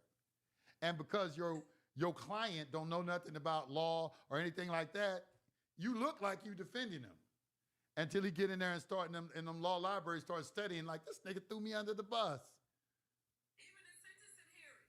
Yeah. They have enhancements on it that they don't argue about. They do nothing all the way up to the end. Somebody said, hold on, I got to address something. Somebody said people can't log in SPC University. All right, this is what I want you to do. I want everybody right now, because I hate it because that's a lie, because it's like hundreds of logins every day. So you just say, I can't log in SPC University. Don't say everybody can't log in. I just had a damn webinar last night, all right? And I can see everybody who logs in. We do have security on the website. Every time somebody logs in, it's logged. I just want you to know that, all right, before you start making statements like that. However, you can go over to SPC University. I don't know, it might be closed today. Let me see if it's closed today. Yeah, it's closed today because we do Monday through Friday, our customer service. We off on the weekend. So there is a chat box on Monday when you come on here, it's a chat box that's going to pop up right here in the corner. I pay people to make sure that you can log in. So when you come in and you say shit like that, make sure that you've done that first. All right, there's no customer service on WhatsApp. You can't email us. None of that shit is getting answered, all right?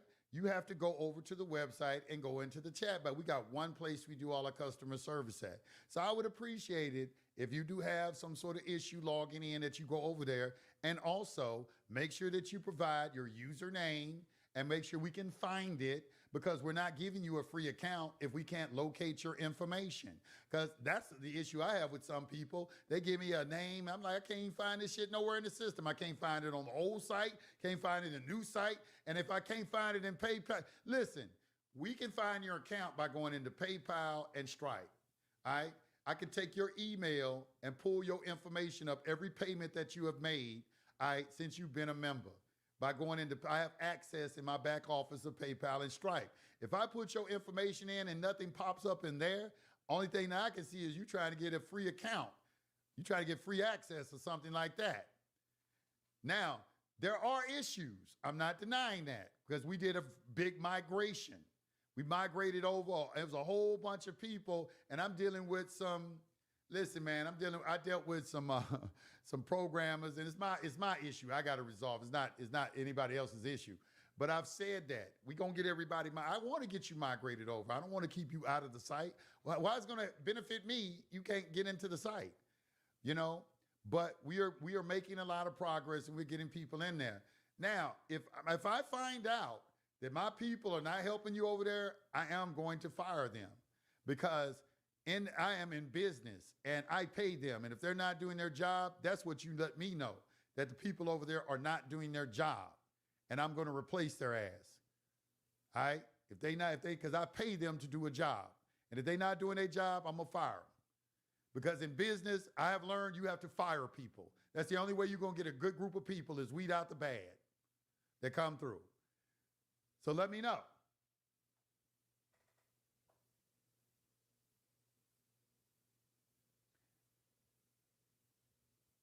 And so you say stuff like that nobody helped you. All right. Just give me the date that you went over there. Because see, this is the next thing. Every message that you leave in that chat box is recorded, just like an email. So you ain't that you went over there in the chat box and the shit just disappeared. So if you say that you went over there and talked and I go over there and can't find it, then you're not telling me the truth. All right? Because everything is recorded over there. Everything when you touch my website, everything is recorded. Everything is recorded. Every action you take, every login that you do, all of it is required because some of y'all will come in and just try to steal information and then try to get a refund. And I got to provide the fact that you logged in. So I got all that information recorded. Because you'll be amazed at the number of people who, and you always have to contend with this, I guess, as a business owner. You know, it's just like people try to get free shit and they'll pay for some, come and get the information and then try to get a refund. Don't you know that that's going to just come back against you? It's not going to, you got to listen, your life is not going to continue running right until you become an honorable individual. That's something I had to learn. You got to walk with integrity in everything that you do. And if you are not getting any type of remedy, like if you got a criminal case, well, I would say first you need to address your character because a lot of things that are happening to you are indirectly related to the defects in your character. And the universe which works off of an equilibrium of balancement is some sort of karma is what I'm trying to say. That's what karma is, reestablishing balancement. Everything in the universe is about balancement. And when you make something imbalanced, nature's going to reestablish it. So that's why they say you never get away with anything. That's why they say the truth wills out. You know, the funny thing about the truth, you can cheat on somebody, right? Let me tell you something. I have been busted and I have busted people. I'm not going to just say one gender. So I'm going to just say, let's say you involved with somebody and you think you slick as hell. You think you got all your T's crossed, all your I's dotted. You just got the game solid. All right, you cheating, you creeping, you doing something, you flirting with somebody, you doing some shit like that. When you get busted, it's always in a way you least expect. It just some shit happen out of the blue. I just had shit just happen out of the blue. I know this person didn't expect evidence to just drop in my lap like that. That's because the truth wills out. You can't cover the truth. That's even a maxim of law. The truth only fears to be covered. It's going to fight for air. That's a maxim of law. You know that. The truth only fears to be covered. That is so powerful, Yusuf, and that is so true. Oh my gosh. So what I'm saying to you is this. If you think you slick out there, I don't honor any individual think they can run game on people or in some kind of way. You think that means something? And then try to like posture themselves as a Christian or some God-fearing person, but you a taker. When the scriptures say you have to give in order to receive.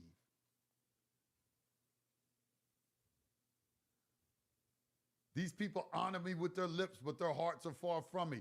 The double-minded man can hope to receive nothing from the law. You got to make a decision. All these things that are talked about are principles. They're teaching you principles that got distilled down into religion. But all the religions contain the same principles. There are principles to morality. There's a reason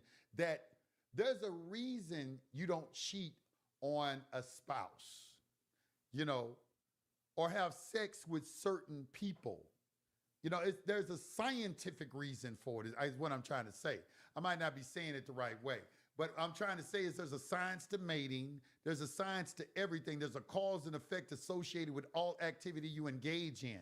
If you cause something and don't know the effect, that by definition is ignorance. You're operating in ignorance because you're supposed to know the cause and effect of anything that you do. So if you're having sex with multiple people and you don't know the spiritual side effect of having all those multiple partners, you're operating in ignorance. You sound stupid. Coming on and talking about I can do whatever I want to do. And you don't know what's happening to you. I can say the same thing about tattoos. The law says don't tattoo the body. But if you put a tattoo, there are energy centers on the body. You don't know the effect of it is my point. I'm not saying they're bad. I'm not trying to condemn anyone. All I'm saying is, do you understand what you have done when you place up certain things, ink on your body and things like that? What are the effects of that? This is all I'm trying to say. I'm just trying to explain cause and effect. If you do it with full knowledge and you're accountable for your decision, there is no wrong. So in regards to, with you saying exactly what you said, in regards to people being in a criminal case, in regards to what their mentality should be and how they should think, how would you say that applies? Okay, in regards to a criminal case, the first thing I would do, I'm gonna tell you what I did with me. I'm gonna use myself as an example. When things happen to me, because I had a breakup recently too, and when things happen to me, I take a little time to evaluate myself. I do a self-assessment because I'm sitting here preaching and teaching the law of attraction, that thoughts become things, that nothing happens to you without you in some kind of way emitting some sort of vibrational frequency out into the universe that's coming back to you in like kind. That's where the accountability is. That's where the God force is. A God or a goddess is anyone or anything who's in control. Okay, so you have to have accountability. You can't call yourself a goddess and you don't have no accountability. Because you don't know the definition of a goddess. Likewise, you can't call yourself a god if you don't have accountability. Because a god is anyone or anything in control. And the only thing you can control is yourself. You can't control another individual. When we're saying God and goddess, we're talking about degrees of self-discipline, accountability. You can't be a god or a goddess without accountability. It's impossible. Your mind won't even allow it. The bridge to godhood and goddess is accountability. That's the bridge. You got to go over that bridge. You got to accept the fact that you're the one who did it. Now, you may not be able to make the connection. So the next thing, like I had a guy one time, he said this, and I thought it was real good. He went back to all the women that he had sex with and apologized to them. Sought forgiveness from them, all of them. I thought that was pretty good because that is in the Bible. In Mark 11:22-26, it says, if you have aught against anyone, first go out and get forgiveness and then come back and ask for what you want to ask for. Because you got a heavy heart. Hard to manifest something with a heavy heart. So there's always going to be some sort of introspection with myself and what should go on with you when anything in my life happens to me, because I understand I'm the God of all of this. And what that means is I need to make some sort of adjustment in my thinking. I need to monitor my thinking more closely. I need to watch, like, for instance, I start having a problem. I'm getting up in the morning watching all these damn videos on YouTube and shit about how women cheat, how men cheat. You feeding your mind that bullshit. You get in a steady diet of all this negative shit about relationships. What you think gonna happen to yours? What you think gonna happen? Anything that you dwell on all the time, you're gonna manifest, good or bad. The universe doesn't see in good or bad. It only sees in what is. It gives you whatever you ask for. Ask and it shall be given. And how you ask is something you think about all the time. That's the asking. That's why they made you pray every day. That's the phone, because before you pray, you got to think. It's repetition. So if you're repeatedly thinking the same thing every day, it's going to manifest. If you have an angry response, something negative is going to happen. If you send a negative charge out into the universe, a negative circumstance is going to have. You got in an argument with your girlfriend, next thing you know, you go out and have an accident. Those are vibrational matches. This is why when you look at everybody say, it's called positive mental attitude is the key. You got to always remain positive. Even in the Bible, it tells you that.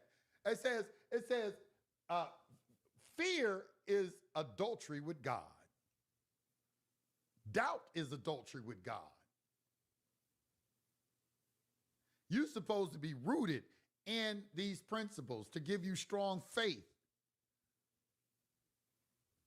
Listen, you're not going to get away from what I'm talking about. I don't like to talk like a preacher because I'm not a preacher. I'm a scientist. I'm speaking to you as a scientist right now. I'm not a preacher. I don't look at none of this as religious. I look at all of this as scientific. Science is the study of how God put things together.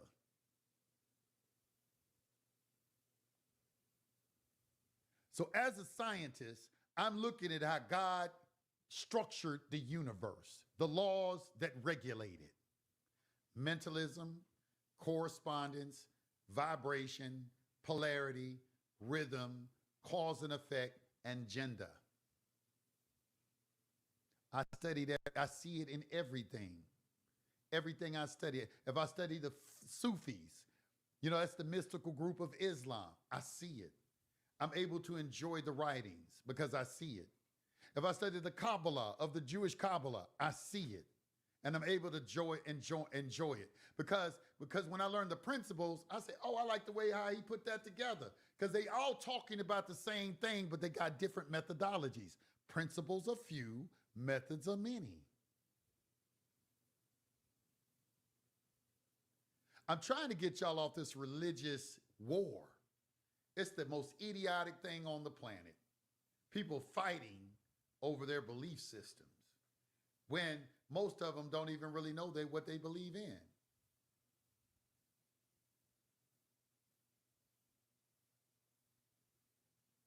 That's what they call the Kabbalion, the key. It's the key that unifies all this shit together. It helps you see the unification in everything, not the separation.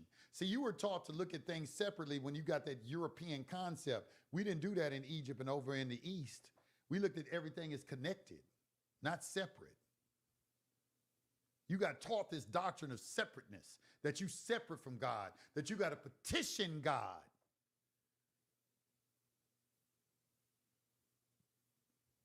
Nah, bro. Religion is an indoctrination.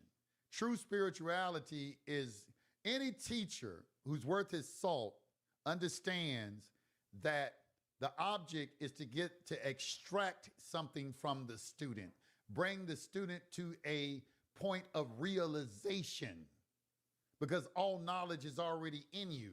You just got to know how to access it. So I'm indoctrinating you is I'm trying to train your mind to think a certain way. They start indoctrinating you. They try to give you their concept of God. They got a concept of God and they try to foist that on you. That's the evil. Instead of actually understanding the principle of nature and then reading these books and seeing what these patriarchs were trying to teach your ass. They weren't trying to get you to worship them. They were trying to teach you how to become a god. You can walk on water too. That's what Jesus did. Like, hey, you walk on water too. You can heal people too.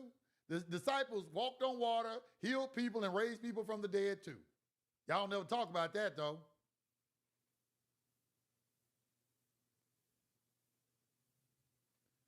He said, all these things I do, you can do and even greater. If you would just have the faith of a mustard seed, you could move mountains. O ye of little faith.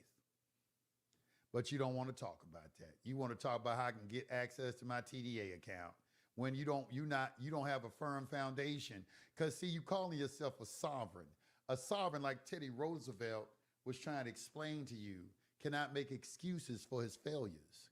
Your failures are derived from your lack of understanding natural law principles. Once you root yourself in that, now you will begin to operate accordingly. You will govern yourself accordingly. And you won't find yourself in a lot of the situations you now find yourself in. And you will also be able to extract yourself from some of the situations that you find yourself in. One of the things I like about in reading The Master Key is that he said when you start mastering the law of attraction, things you were worrying about, like when you get ready to go somewhere, you're going to see it just magically. I remember I had a situation. I had a bad court case. I got arrested in California. It was behind some real estate, and it was a felony. And I didn't do anything wrong. You know, I did everything. You know, I adversely repossessed a property. One time went against my rule of not having the deed beforehand, and I got punished for it. But anyway, when I got arrested and I got released on bond, I did a 21-day water fast. And when I went to the courthouse, they couldn't even find the case. It was gone. I said, you sure you can't find it? There's nothing here. You don't have any court date, nothing like that, nothing here. And I remembered what dude said in The Master Key. He said things that you thought were going to be big problems, all of a sudden they magically disappear. And that's what Jesus was saying when he said, if you tell this mountain, the mountain represents a problem in your life. If you tell this mountain to be cast into the ocean is the ethers. You want it to disappear, to cast into the ocean, and do not doubt it. One of the qualifications is you can't doubt anything. You can only not doubt is you have to have a knowledge of the exact, precise operation of our natural laws operate, because they operate with exactitude every single time and they never change. That's the only thing you can put faith in. You can only put faith in something that doesn't change. You can only put faith in something that was here yesterday, today, and tomorrow. That's what God said he is. He said, I am here. Yeah, I'm yesterday. He said, I'm the same yesterday, today, and tomorrow. That's a principle. I don't change. That's the only thing you can put faith in. It's something that doesn't change. That's a real law. A law is something that doesn't change. That's why you have big L law, natural law, and little L law, man-made law. Man-made law change all the time. So those who serve on the higher rule on the lower. So when I study the natural laws, I become the master of the man-made laws. And when you look in the back of a Black's Law Dictionary, all those maxims of law, they all are rooted in some sort of natural law principle. That's what the common law is. Common law starts with what? People's religious beliefs in God. They call this a Christian country. And over in the Muslim country, they got the Sharia from the Quran. All the laws are based off, your court system is based off the church. That's why you brought a Bible in and you had to swear on it. That's why every affidavit, so help you God. What are y'all talking about? You don't believe in God. What you mean you looking for a remedy and you're not spiritually grounded? You sound crazy.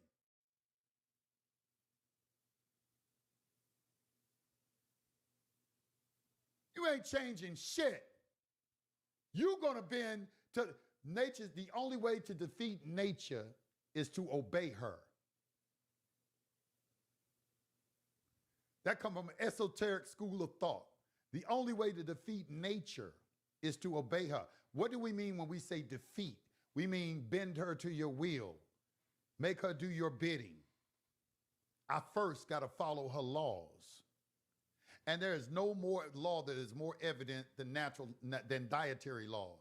Because when they tell you don't put certain food in your body and you think it's okay to eat, and you sit here and catch cancer, diabetes, and all this shit, he told you don't eat that shit. I didn't tell you not to eat that shit because I'm just trying to tell you something not to do. I'm telling you not to eat that shit because, motherfucker, when I created you, that food don't go in your body.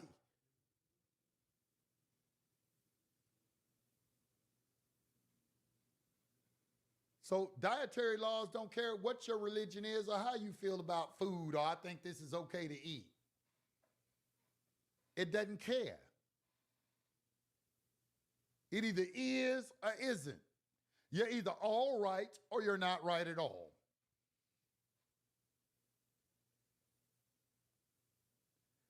Because God don't work in coulda, woulda, shoulda, maybe, in between. God don't work in that space. That's the human space.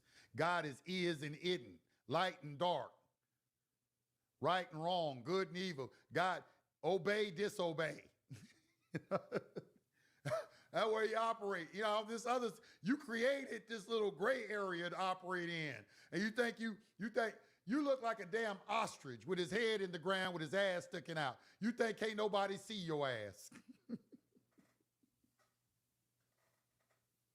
You think you doing shit, no, can't nobody see me. Every second of your life is recorded in the subconscious. Shout out to the Scientologists. I'm gonna give you a shout out real quick because I read your book, Scientology by L. Ron Hubbard. L. Ron Hubbard was an interesting person. He also understood the principles of the conscious and subconscious mind. He had a different label for it though. He called it the reactive mind and the analytical mind. And it was really interesting because in this book, Dianetics, the Science of Mental Health, which don't have nothing to do with religion. They only turned it into religion so they could get the advantages, the tax advantages of a religion, but it's not really a religion. When you read Dianetics, you'll see that. But what it was is that he understood trauma and how trauma can have an effect on your thinking, meaning they have this word called an engram. And this is really interesting, and this is also in the Bible. The Bible got a good understanding of this. You have a conscious and subconscious mind. Now, the conscious mind is the provider and protector of the subconscious mind. That's why the conscious mind is always looked at as masculine, and the subconscious mind is always looked at as feminine. This is why they want to say the woman is God, because the woman is the gateway to manifestation. She gives birth to whatever the masculine puts into effect. They work together. This is the cause and this is the effect. All right? So this is why they always say the masculine is in charge too, and making the decision, because the masculine is a seat of the will. There is no will on the subconscious side. It will take direction. Just like a woman, she will reproduce any kind of baby from any man who she allows to enter her.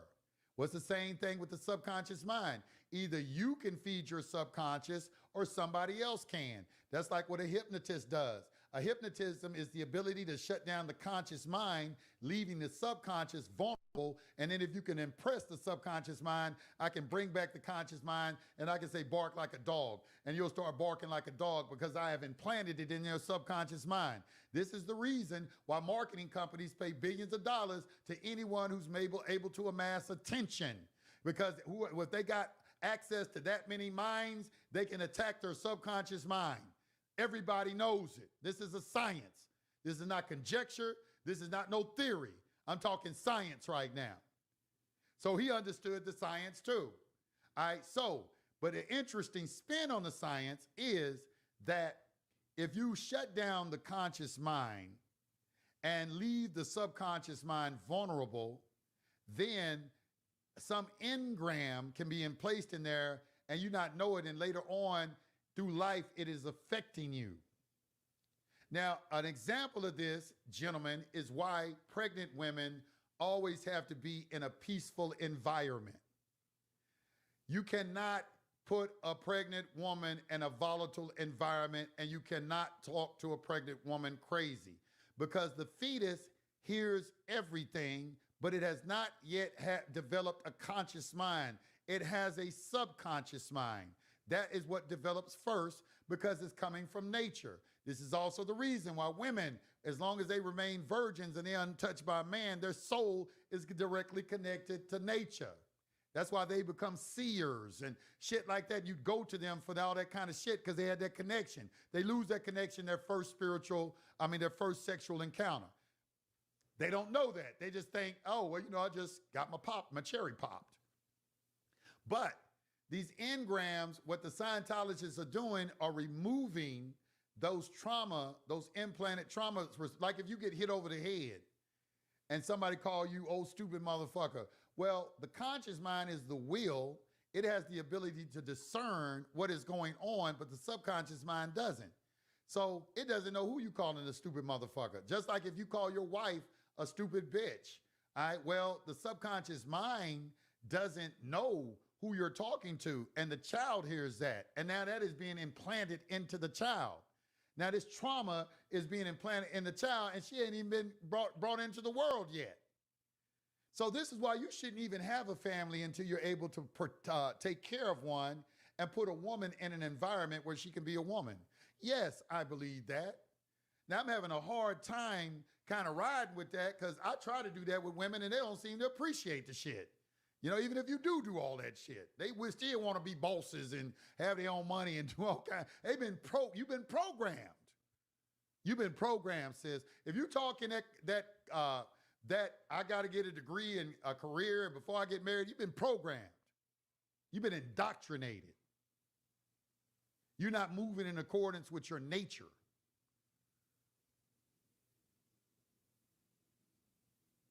I can say that because I know the principles of nature. I know you all. This is not a theory, what I'm saying. And there are men as well. There are men, the dudes talking about going 50-50 and all this kind of stuff. And you're not listening to them on the internet and like, dude, that ain't being a man. What are you talking about? That's not your nature. It even has that in the Sirach. It says when a woman takes care of a man, there's sure to be contention in the house. Ain't a woman want to take care of no man. Ain't no woman supposed to take care of a man. You ain't supposed. In history, you couldn't have a wife until a father gave them to you, and he had to make sure that you checked a lot of boxes first. All this dating shit is some new shit. You wasn't giving no wife, and you couldn't take care of one. Better go get some lotion, nigga. Let's see, $9.99. When you break down the Hebrew symbology, Eve is the gateway. Like Adam is the door pillar, Eve also a door pillar. They do it in a variety of different ways, in a variety of different religions, the symbology. Yeah, I've seen it in magical books expressed a certain way, religious texts, all of it. They all use symbology because of this phrase, do not cast your pearls before swine. Because when you do, they will turn and rend you to pieces. They'll trample upon it with their feet and turn and rend you to pieces. That's what you look at on the internet when I start talking about this and you see the numbers going down because you got people that think this is going against my religion. They ain't trying to learn nothing. They want to be in the second grade their entire life. They think they right.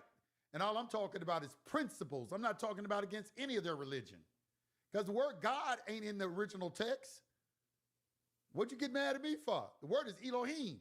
It ain't the tetragrammaton either, Yahweh. It's Elohim. A plural, which is why it says, let us create man in our image and after our likeness. It don't say my. That's a whole nother discussion. But these principles, once you start to honor them, it's going to start to, let me tell you something, man. I'm not saying it's easy. All I'm going to say is your life is going to change when you try to do everything the right way. Your problem is you've been looking for shortcuts all your life. You're trying to get around shit. You don't want to go through the process. And that's why you're going to keep failing. You got to go through the process. There's no shortcut to success. I understand why they say that. That is a truism. That is a principle. There's no shortcut to success. And when you go against principles, by definition, you're insane because they don't bend to anyone. That's why I said you cannot conquer nature until you bend to her will, until you honor her, till you obey her. You're not getting around that. This is why if the people who said the woman is God understood what they were saying, I would agree with it. But what they want to do is they want to prostrate before a woman. And that's not what that is talking about. Them is simp beta male manginas doing that shit. Desperate for some pussy. Because ain't no man that's had a lot of dealings with women ever going to bow down to a woman. Because they got options and they desired. And don't have to. You know? So it's the thing like, but that's not what it's talking about anyway. It's not even talking about that. It's talking about that mother is called Father, God, Mother, Nature. Yin and the yang. You just express it in your religion, the yin and yang, as Father, God, and Mother Nature. In your Bible, sometimes she's referred to as wisdom. Every book, she's always referred to as wisdom. You can give whatever name you want to, wisdom, Mother Nature, whatever, but it's talking about this primordial feminine energy, all right? One is active, one is passive. The passive was never meant to dominate the active. You're not going to dominate a man because it's not in the nature. It's not in nature. And this is when you listen to the feminists. This is why I can call them demons, because they'll say that's not true. When you can go all over the world, this has been taught. They say that's not true. What are you talking about? That right there is a demon. I immediately identify that person as a demon. Anybody who's trying to get you to go against natural law, that's a demon. Because they're trying to disempower you. They're trying to take you away from the face of God. Because God only evidence of God is in nature. You know what I'm saying? Why do you think you get healthy when you eat natural food that comes from the earth? You get more in touch with God. Cleanliness is next to godliness. Another saying, clean out your temple, the inside, and your vibration will increase because God is a fast vibration. And if you want to go up and talk to the angels, you got to increase your vibration. You do that by cleaning the temple. I read that in Revelations, and because I knew the principles, I immediately knew what it was talking about. At first, I used to think it was talking about some old Hebrew temple. No, it's talking about your body. Fasting is talked about all through the scriptures. Jesus didn't start on his journey till he did a 40-day fast and till he was tested by the devil. Then the angels came and talked to him. And you get that same thing in Abramelin, the magician. They talk about that 40 years when you have to do that rite of passage and you need a virgin girl and you got to do a 40-day fast so you can meet your guardian angel. I just throwing it out there, just kind of, trying to get y'all interest, kind of pique your interest and everything. You go and read it, you'll see. And then when you read something like that, then you'll see it in other places. And then you begin, then this must be something. Because all these guys, they're dealing with some sort of fast, some sort of cleanse, some sort of thing dealing with purity and virtue. Like when you do semen retention, man, you become a genius. That's why all the saints and the eunuchs, that's what they're doing. And the priest, they becoming spiritually enlightened is tough to do. I don't think they do it. They want to get with little children and shit. But originally, that's what it was for. Because you will, your intelligence will increase as a man the more you retain your sperm. And it decreases. That's why, didn't you know what they used to say? If you come too much, you'll have brain damage. Anybody used to hear them say that? I think that's true because it does dumb you down the more you ejaculate. And also, the retention of semen also increases testosterone. So your voice deepens, and now you start exhibiting more attractive qualities to the female. But that's why they make Pornhub and all that free, because they want you to, when they say, give not that strength to women, that which can destroy kings, I think it's in Proverbs 9:31 or something like that. That's talk. Strength is always equated with your sexual, with your sperm. Y'all be talking about, oh, don't deal with a woman and all that. That's not what that's talking about. The thing that can destroy kings is the expenditure of your semen. That's your strength. That's why when you look at the what they call what the European, he'll call it phallic worship. You know, you got all these ancient statues showing people with erections and everything. No, that's how they were bragging. They're telling you that they kings. You got the pharaohs with the erection and everything in Egypt. He's talking about how he retained his energy. He's showing you on what level he's on godhood.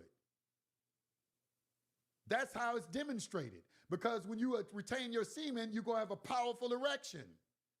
And then once you learn how to transmute that, you'll learn how to have sex and orgasm without ejaculating. You are operating in the note of the importance of your semen. That's why it was a sin in the Old Testament to let it spill on the ground. That was a stoning offense. And they had a reason why, because they were more spiritually aware of things than you are today. Book of Enoch, wisdom, mother wisdom goes back to heaven to abide because no man sought her out. I like that. You know, seek wisdom first. Let me tell you something. I took to heart in the Bible, it said, put wisdom first before all things. Ever since I was 20 years old, that's all I do is read wisdom books. I love wisdom. I love Zen Buddhism. I love the book of Proverbs, the Sirach.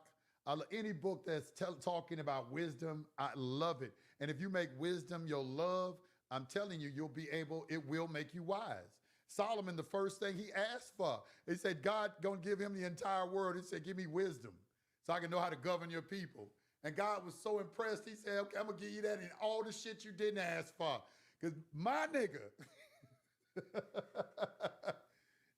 you hit the tail on the button, wisdom. That's what's lacking in all these young men and the young women. They are completely devoid of wisdom. And they don't honor their elderly, who are the depositories of wisdom, because they already went through that shit. Come on, man. Let me see where I'm at right now. I just started talking. I've been talking too long. Let me let somebody else talk. Let me let somebody else come in and talk. I start going off on a tangent. Okay, anybody else want to talk now? Let me let King J in.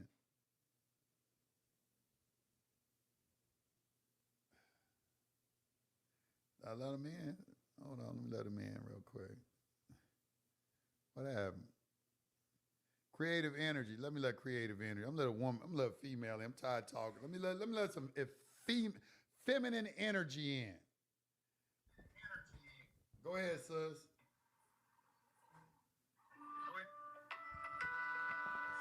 Turn off your computer. Incoming call from Daddy. Press new connect phone button to answer. Phone call completed. You must be driving in the car. I think I joined by accident. Okay. You joined by accident? But I appreciate your wisdom. That's all I want to say. You welcome. You welcome. That's my job, to just try to make people, to spread the truth. That's it. But you welcome, sis. You welcome. You welcome. Let me see. I'm looking for a sister right now. Trying to bring a female in right now. Somebody. Okay, I ain't got no sisters in, so I'm going to let Sevron Ravi L. Is that what it is? I don't know if I pronounced that right. Go ahead, bro. You got the mic. How you doing? I'm doing great. Yeah, man. I'm doing good, brother. How you doing? I'm doing good, man. I had to start over from the bottom again, but it's okay. Very is okay. I'm actually looking for a mentor right now because I'm still trying to understand the principles of this law thing. I understand natural law, but I'm getting to the man-made law that they have now. Okay, I can help you with that. I want you to do this. First thing you do is I want you to get a Black's Law Dictionary and turn it to the back. And I want you to every day just spend about 6 weeks just reading all those maxims of law. 10 maxims. No, it's more than 10. It's hundreds back there. Let me see if I can put, no, it's not more than 10. It's a lot more than 10. Let me see if I can put it on the screen for you real quick. It's a lot more than 10. It's like if you get a Black's Law 8th edition, all right, you turn it to the back. All right, they got maxims of law. If you get a 6th, 7th, 8th, no, not a 6. Well, it might be in a 6. Hold on, I got, shit, let me see, I got over here. Hold on. Yeah, I got 11th edition right here. All right, so this is 11th edition Black's Law Dictionary right here. This is 11th edition. All right. All right, you turn it to the back.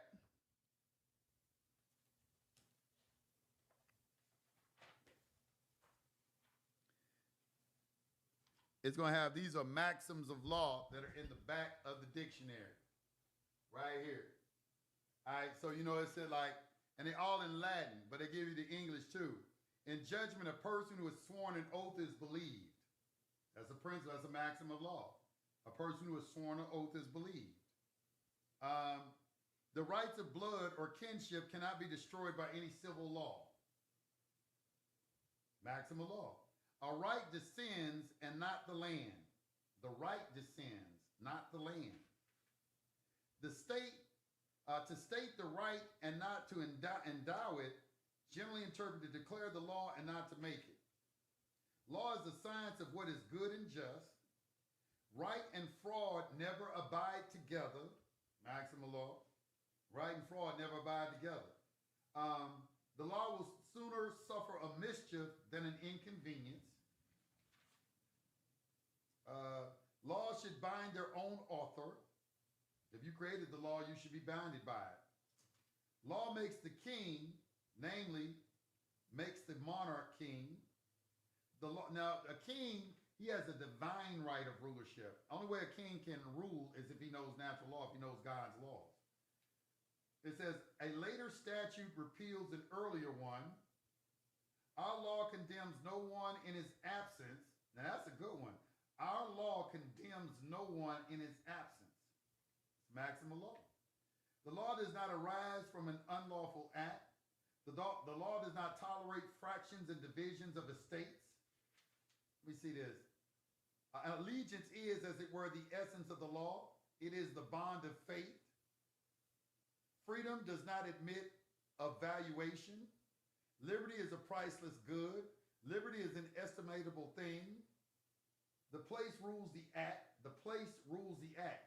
Now, what you should do, because what I did, I spent a lot of time just reading all those maxims.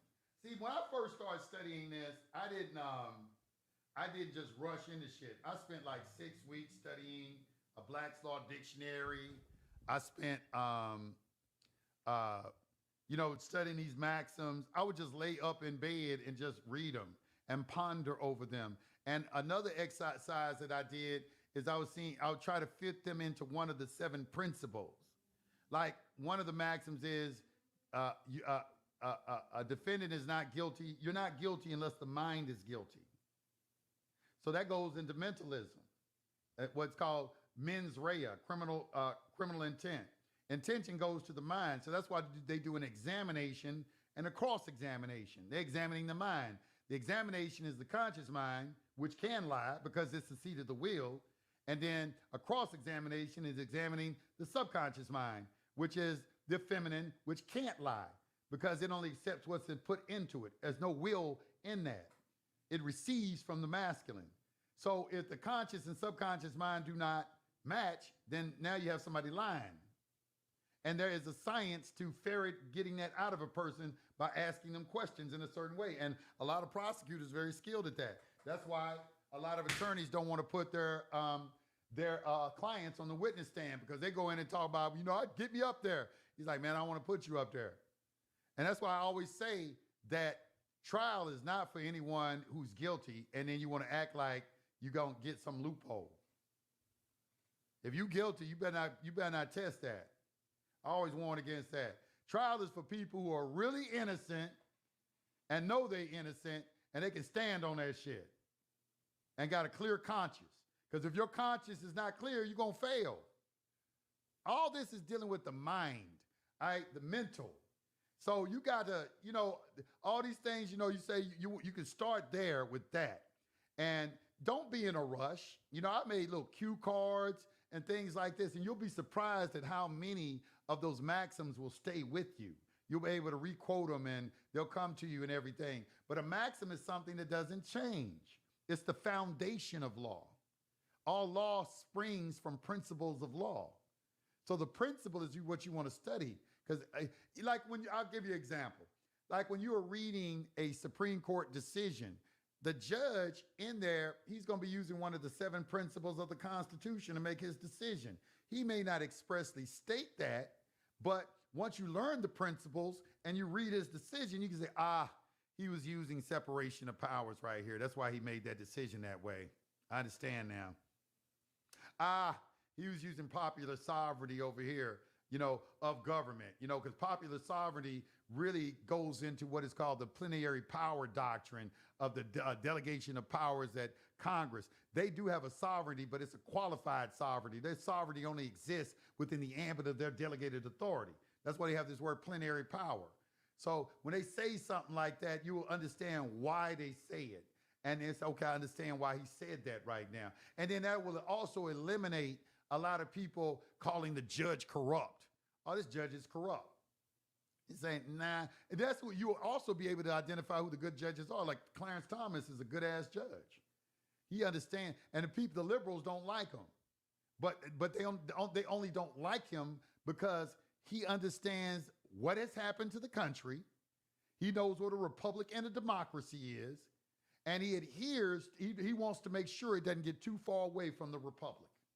So as a lot of decisions go that way, whereas a lot of people who are fighting for a welfare state don't like that because they don't understand what freedom is.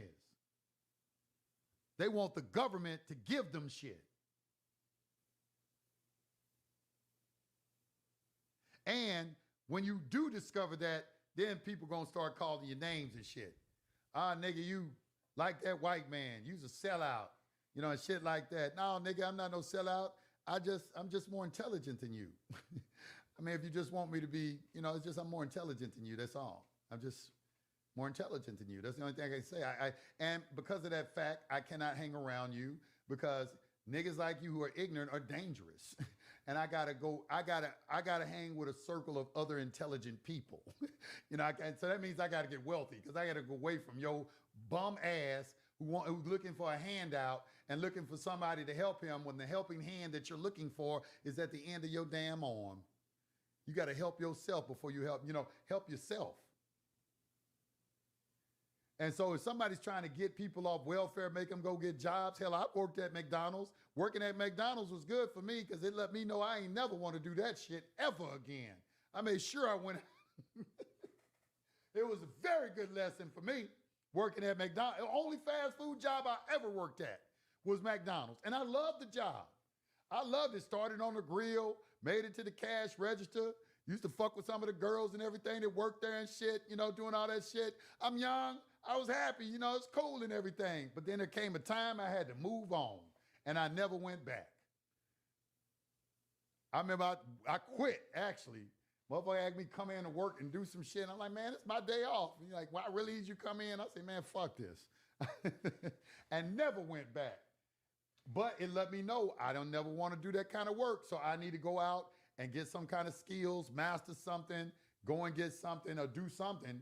You know, it made me, I was always a person who was very motivated and very independent. You know, I didn't like to be dependent on people, even though I received a lot of help, you know, also from my parents, grandparents, mother, my father. You know, they helped me. Everybody contributed, you know, to me in some kind of way. You know, I didn't do everything by myself.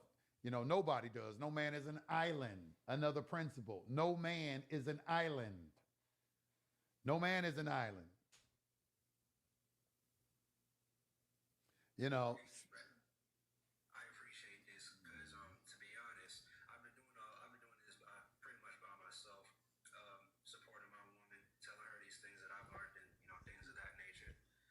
I might have to go back and get a job because I was actually going to do some odd jobs and then go get some paper notarized. Matter of fact, let me ask you a question. Mm-hmm. I was told that one person can be a self-notary.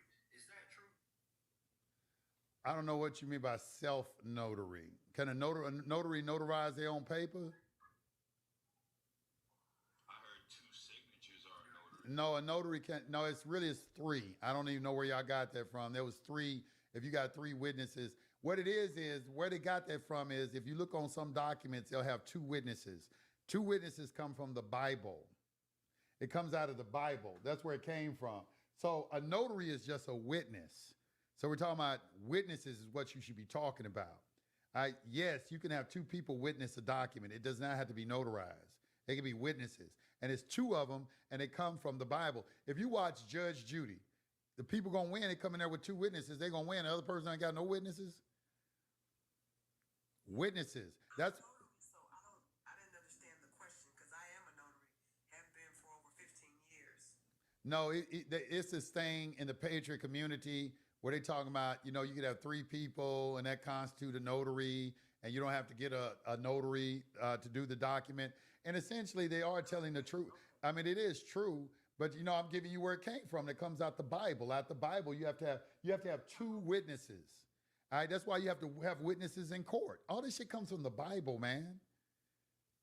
This is a Christian country. Our laws, all our laws come from the Bible and William Blackstone commentaries. They do. Did you say William Blackstone commentary? Yeah, William Blackstone commentaries. That's the laws that come from England because they come from England. So a lot of principles, we borrowed a lot of stuff from England. Like we have in England, they have a parliament and they have a House of Lords and a House of Commons. In America, we don't have titles of nobility, so we have a legislature and a house and the Senate and the House of Representatives. The House of Representatives is like the House of Commons, and the Senate is like the House of Lords. That's why a senator has a higher position than a state representative, because they're like the lords. And if they get together and the lords agree, first they let the House, which represents the common man and woman, if they agree on a bill, then they pass it to the lords. The lords will get it and deliberate it, and then they'll give it to the king, and then he'll make it into law. But here we don't have a king, we have a president. So when you look at William Blackstone, like for instance, even child support, you can find that in Blackstone commentaries. It goes into what is called public charge doctrine. All right, when a woman has to depend on the state, she becomes a public charge. You need to study that. Also, illegal aliens, immigrants. They don't let certain immigrants into the country if you're not going to benefit the country. If you're going to come over here, become homeless, become a thief, all right, you don't have a citizenship in this country. No country wants anybody like that. And that is why certain countries will reject certain people from certain countries, because they have a reputation of doing a lot of crime. It ain't because they black or anything like that. It's because they dishonorable.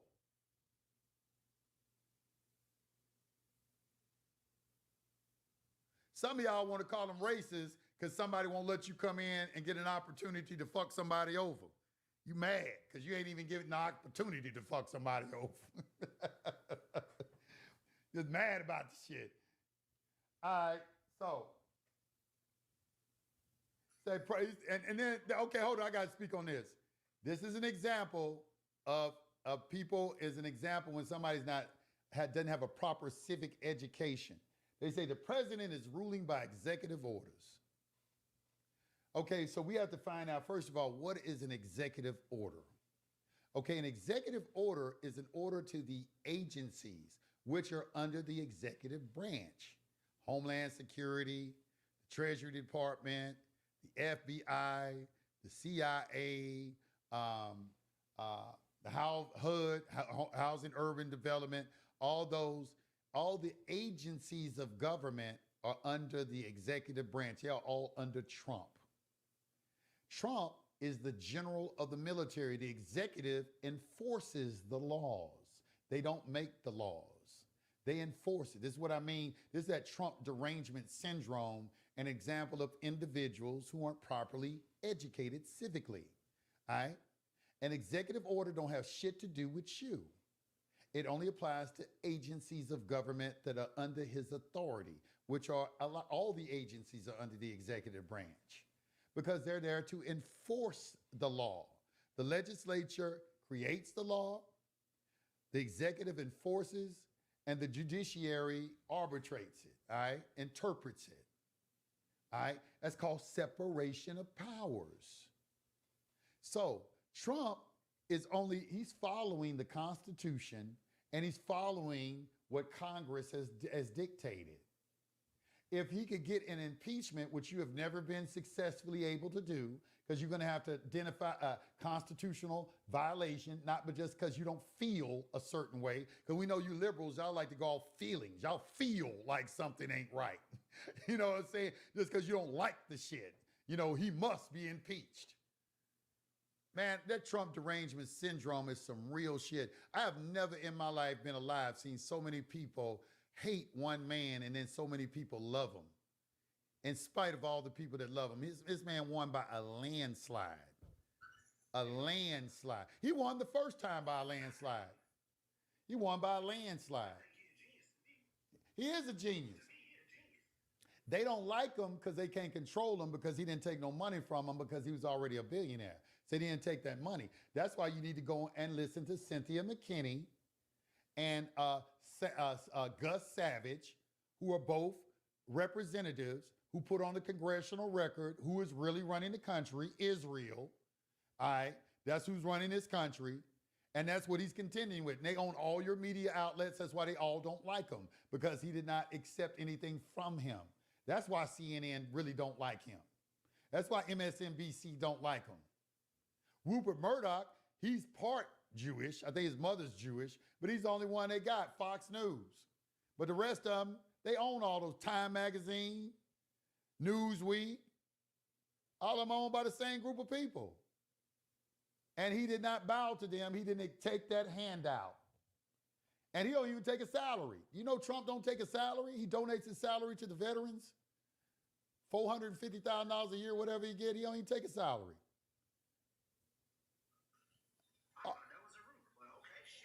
All I see is the man loving his country. When you travel the world and you see that ain't no Chevys, Fords, and Dodges sold in no other country, but they selling all our shit over here that we looked at as some sort of sewage where they can just come and make money off of us and bounce back to their country. That's all we are, to sell some shit to. No, bro. Fuck them. Let's put the manufacturing. Fuck them. Fuck them other countries. I hope you look, fuck you.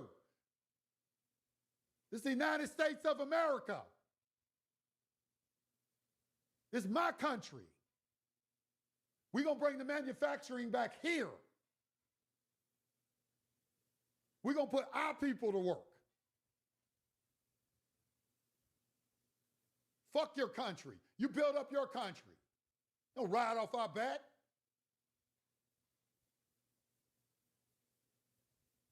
Man, you go over and get the euro, it's like, man, they pimping us in Europe.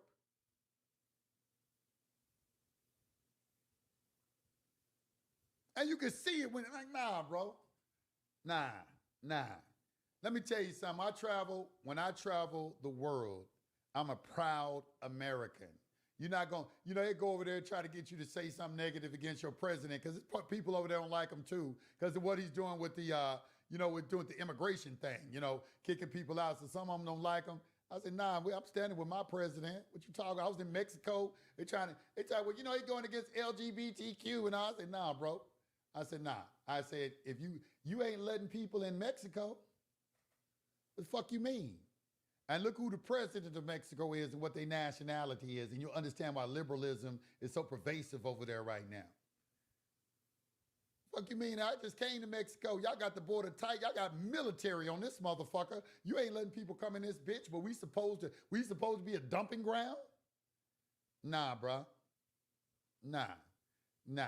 See, y'all got the right idea about shit. You know what I'm saying? You need to travel the world, and you need to see how other people look at you and how you getting pimped all over the world. See, because everything that's dealing in the world is dealing with commerce. It's business.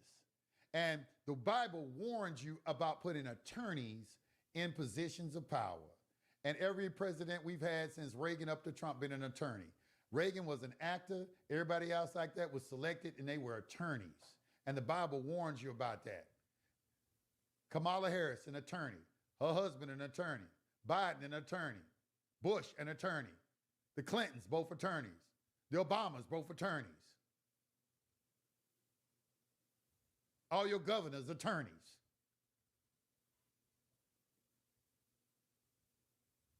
We finally got a businessman, and we must be pissing somebody off because shit getting on track, but the attorneys don't like it, which means it must be a good motherfucking thing that them motherfuckers don't like it. On one of those days, as he was teaching, Pharisees and teachers of the law were sitting there who had come from every village of Galilee and Judea and from Jerusalem, and the power of the Lord was him to heal. That's right. No, Trump is not an attorney. He's not an attorney. He's a businessman. He's a billionaire. Then people try to say, well, Trump is dumb. How's Trump going to be dumb? Ain't nobody dumb can amass billions of dollars. And don't say you inherited the money. No, he inherited, I forgot how much money he inherited. It was some millions, but it wasn't nowhere near what he amassed. I mean, listen, you cannot become wealthy hating wealthy people. You have to be that what you wish to become. You can't be sitting there, don't like wealthy people, and then expect your life to be in abundance. Your birthright is an abundance. You always have to have an abundance mindset, a positive mental attitude. All right? Like attracts like. If you want to have this negative attitude and everything, that's what you're going to get in your life. And you're going to get it to the degree that you don't abide by that or understand it. A lot of you don't understand it, don't believe what I'm saying to you. And you're always going to have problems. As I said, until you cross that bridge of accountability for who you are, that God took out his spirit and blew it into man and he became a living soul, that the God is the ocean and you're a teaspoon out of the ocean, like in kind but different in degree, you're going to keep on having problems. You just a infant with an AK-47. You don't know how to use it. You're just shooting that motherfucker everywhere. You ain't learned. You've been given a powerful weapon and you don't know how to use it. You won't take the time to learn how to use it. What do you think all these orders are for? Masonic order, Illuminati. What do you think they doing in there? Just sitting around, oh, we're going to take over the world. No, these motherfuckers are learning natural laws, principles, developing their character. That's why everybody in a rulership position belongs to one of those organizations. That's facts. That's fact. You know? That's a pattern. I've been looking at for a while, but that's actual facts. Yes. That's what I'm trying to tell y'all. I'm trying to put y'all up on game. You don't have to believe. I'm trying to make the playing field equal. That's my goal. But it ain't going to be equal as long as you have a victim mindset.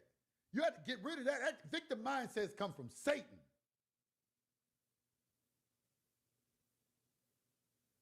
He said, I know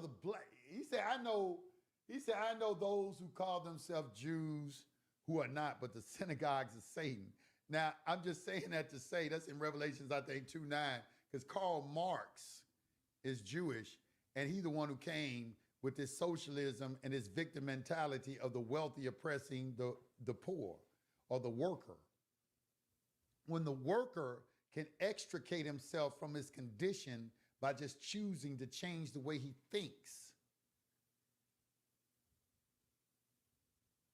But they don't want you to have access to that knowledge. So they're going to keep distracting you with even in the Bible, Luke 17:21, look ye neither here nor there, but the kingdom of heaven is in you. Seek ye first the kingdom, and all things will be added to you. When you start to understand the principles and you listen to what Jesus is saying, I say, okay, I understand it. Now, I'm not a Christian, but I'm like, yeah, Jesus, that's nice how he laid that down. I see what he was doing, how he kicked that. But then I go and listen to Muhammad say the same thing. Or Buddha say the same thing, but in a different way and using different terminology. But they're saying the same thing. But the only way I'll be able to see that is I got to know what the principle is behind it. And that's with all law, man-made and natural. Principles are few, methods are many.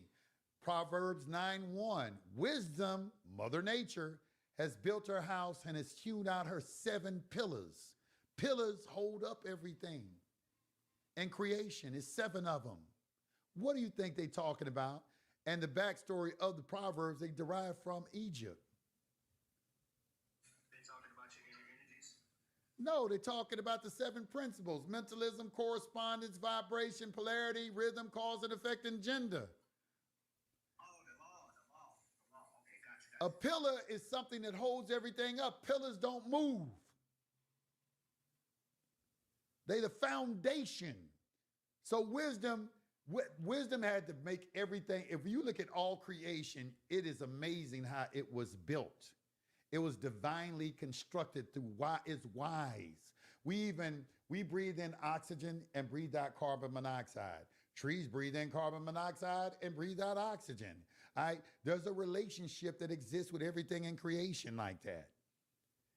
The universe is like a clock with wheels that interturn with each other. Everything is connected to everything else. But it was divine. It was created with such wisdom. But what was the foundation of that wisdom? These immutable principles. Listen, let me tell you something. Every witch that's listening to me, every sorcerer, every Satanist, every mystic, everybody in some kind of order knows exactly what I'm talking about right now. The only people who don't are you who are uninitiated. And that's why you are in the position that you're in, the subservient position, because the rule is those who serve on the higher rule on the lower. What that means is serving the higher means you honoring the laws of nature. So those who don't honor the laws, this is also why in Leviticus 25:45, where God said you can make a slave out of a heathen. A heathen is a person that doesn't believe in God. If you don't believe in God, you don't believe in the laws of nature. In my opinion, that's one of the coldest scriptures ever written. It was one, and it get real cold once you decipher it. But people don't want to do that. Listen, man, I'm trying to tell you, man, people, I hope they go back and watch these videos of me, because people don't want to hear that part of it. They get all amped up when you start talking about getting a purchase order from if I do a show completely devoted to getting a car, it's gonna be a whole bunch of motherfuckers coming to this. But what they don't understand, it's like, okay, to get that car, everything has to go correctly. For everything to go correctly, you must visualize everything going correctly. You understand what I'm saying? You can't have no doubt in your process. You have to visualize. So there's a mental aspect to all these remedies that they're talking about first that you have to master before you engage in the process that you're going to get into. But they want to have a disconnection from that. They don't believe that. They just want the information. Show me how to get the car. Show me how to, go in there and file an appeal. Show me how to go in there and cuss out the judge and walk out the courtroom. That's it. When it's much more involved in that. I've had a natural law hour since the beginning. Anybody been following me ever since 2015? No, I'm telling the truth. I've been talking the same way. Anybody who knows me, you know I'm consistent. You can talk about me whatever you want. I ain't never changed in 10 years, have I? I ain't changed not one time, have I? One drop.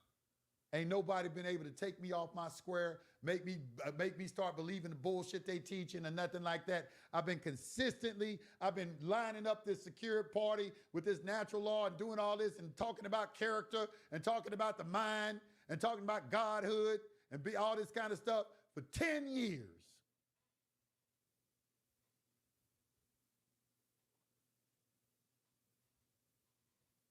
From what I've seen, because I've been watching you even before I started talking to you, I'm trying to get on your level, man, because it inspires me to be a better person, to be honest. To be a better person, you're gonna have to be tested. You just asked that question. Be careful what you're asking for. Because when the angels hear that and they select you, there go one right there. Be ready to put that to the test. God do not put you through what you can't handle, because that's exactly what's coming. You're being put through something that you're going to have to remind yourself that you can handle it, because God wouldn't put you through it if you couldn't. Because you're going to get you're going to get called, and then you're going to be tested to see if you are the chosen. Watch what you ask for. Because to walk in my shoes or walk in tomorrow's shoes, we had to go through some shit.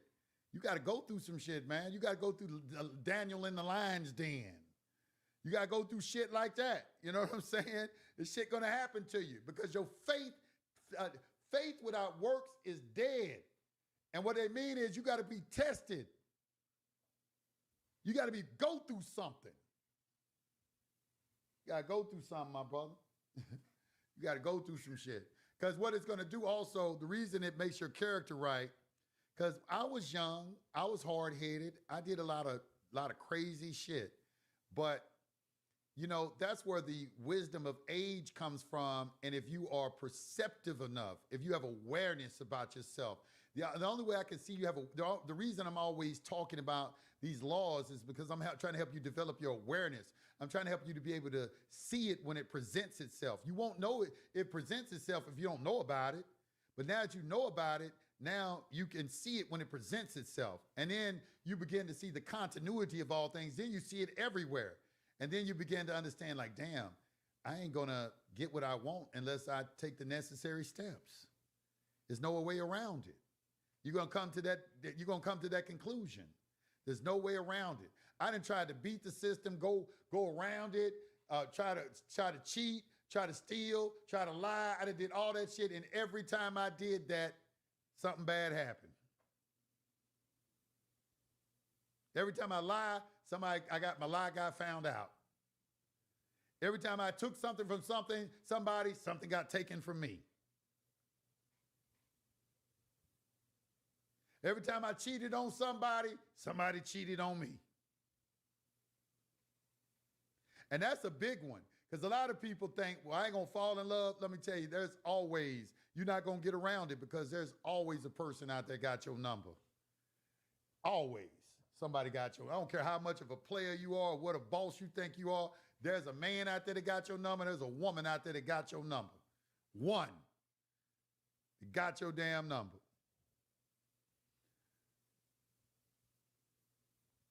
You ain't getting around that.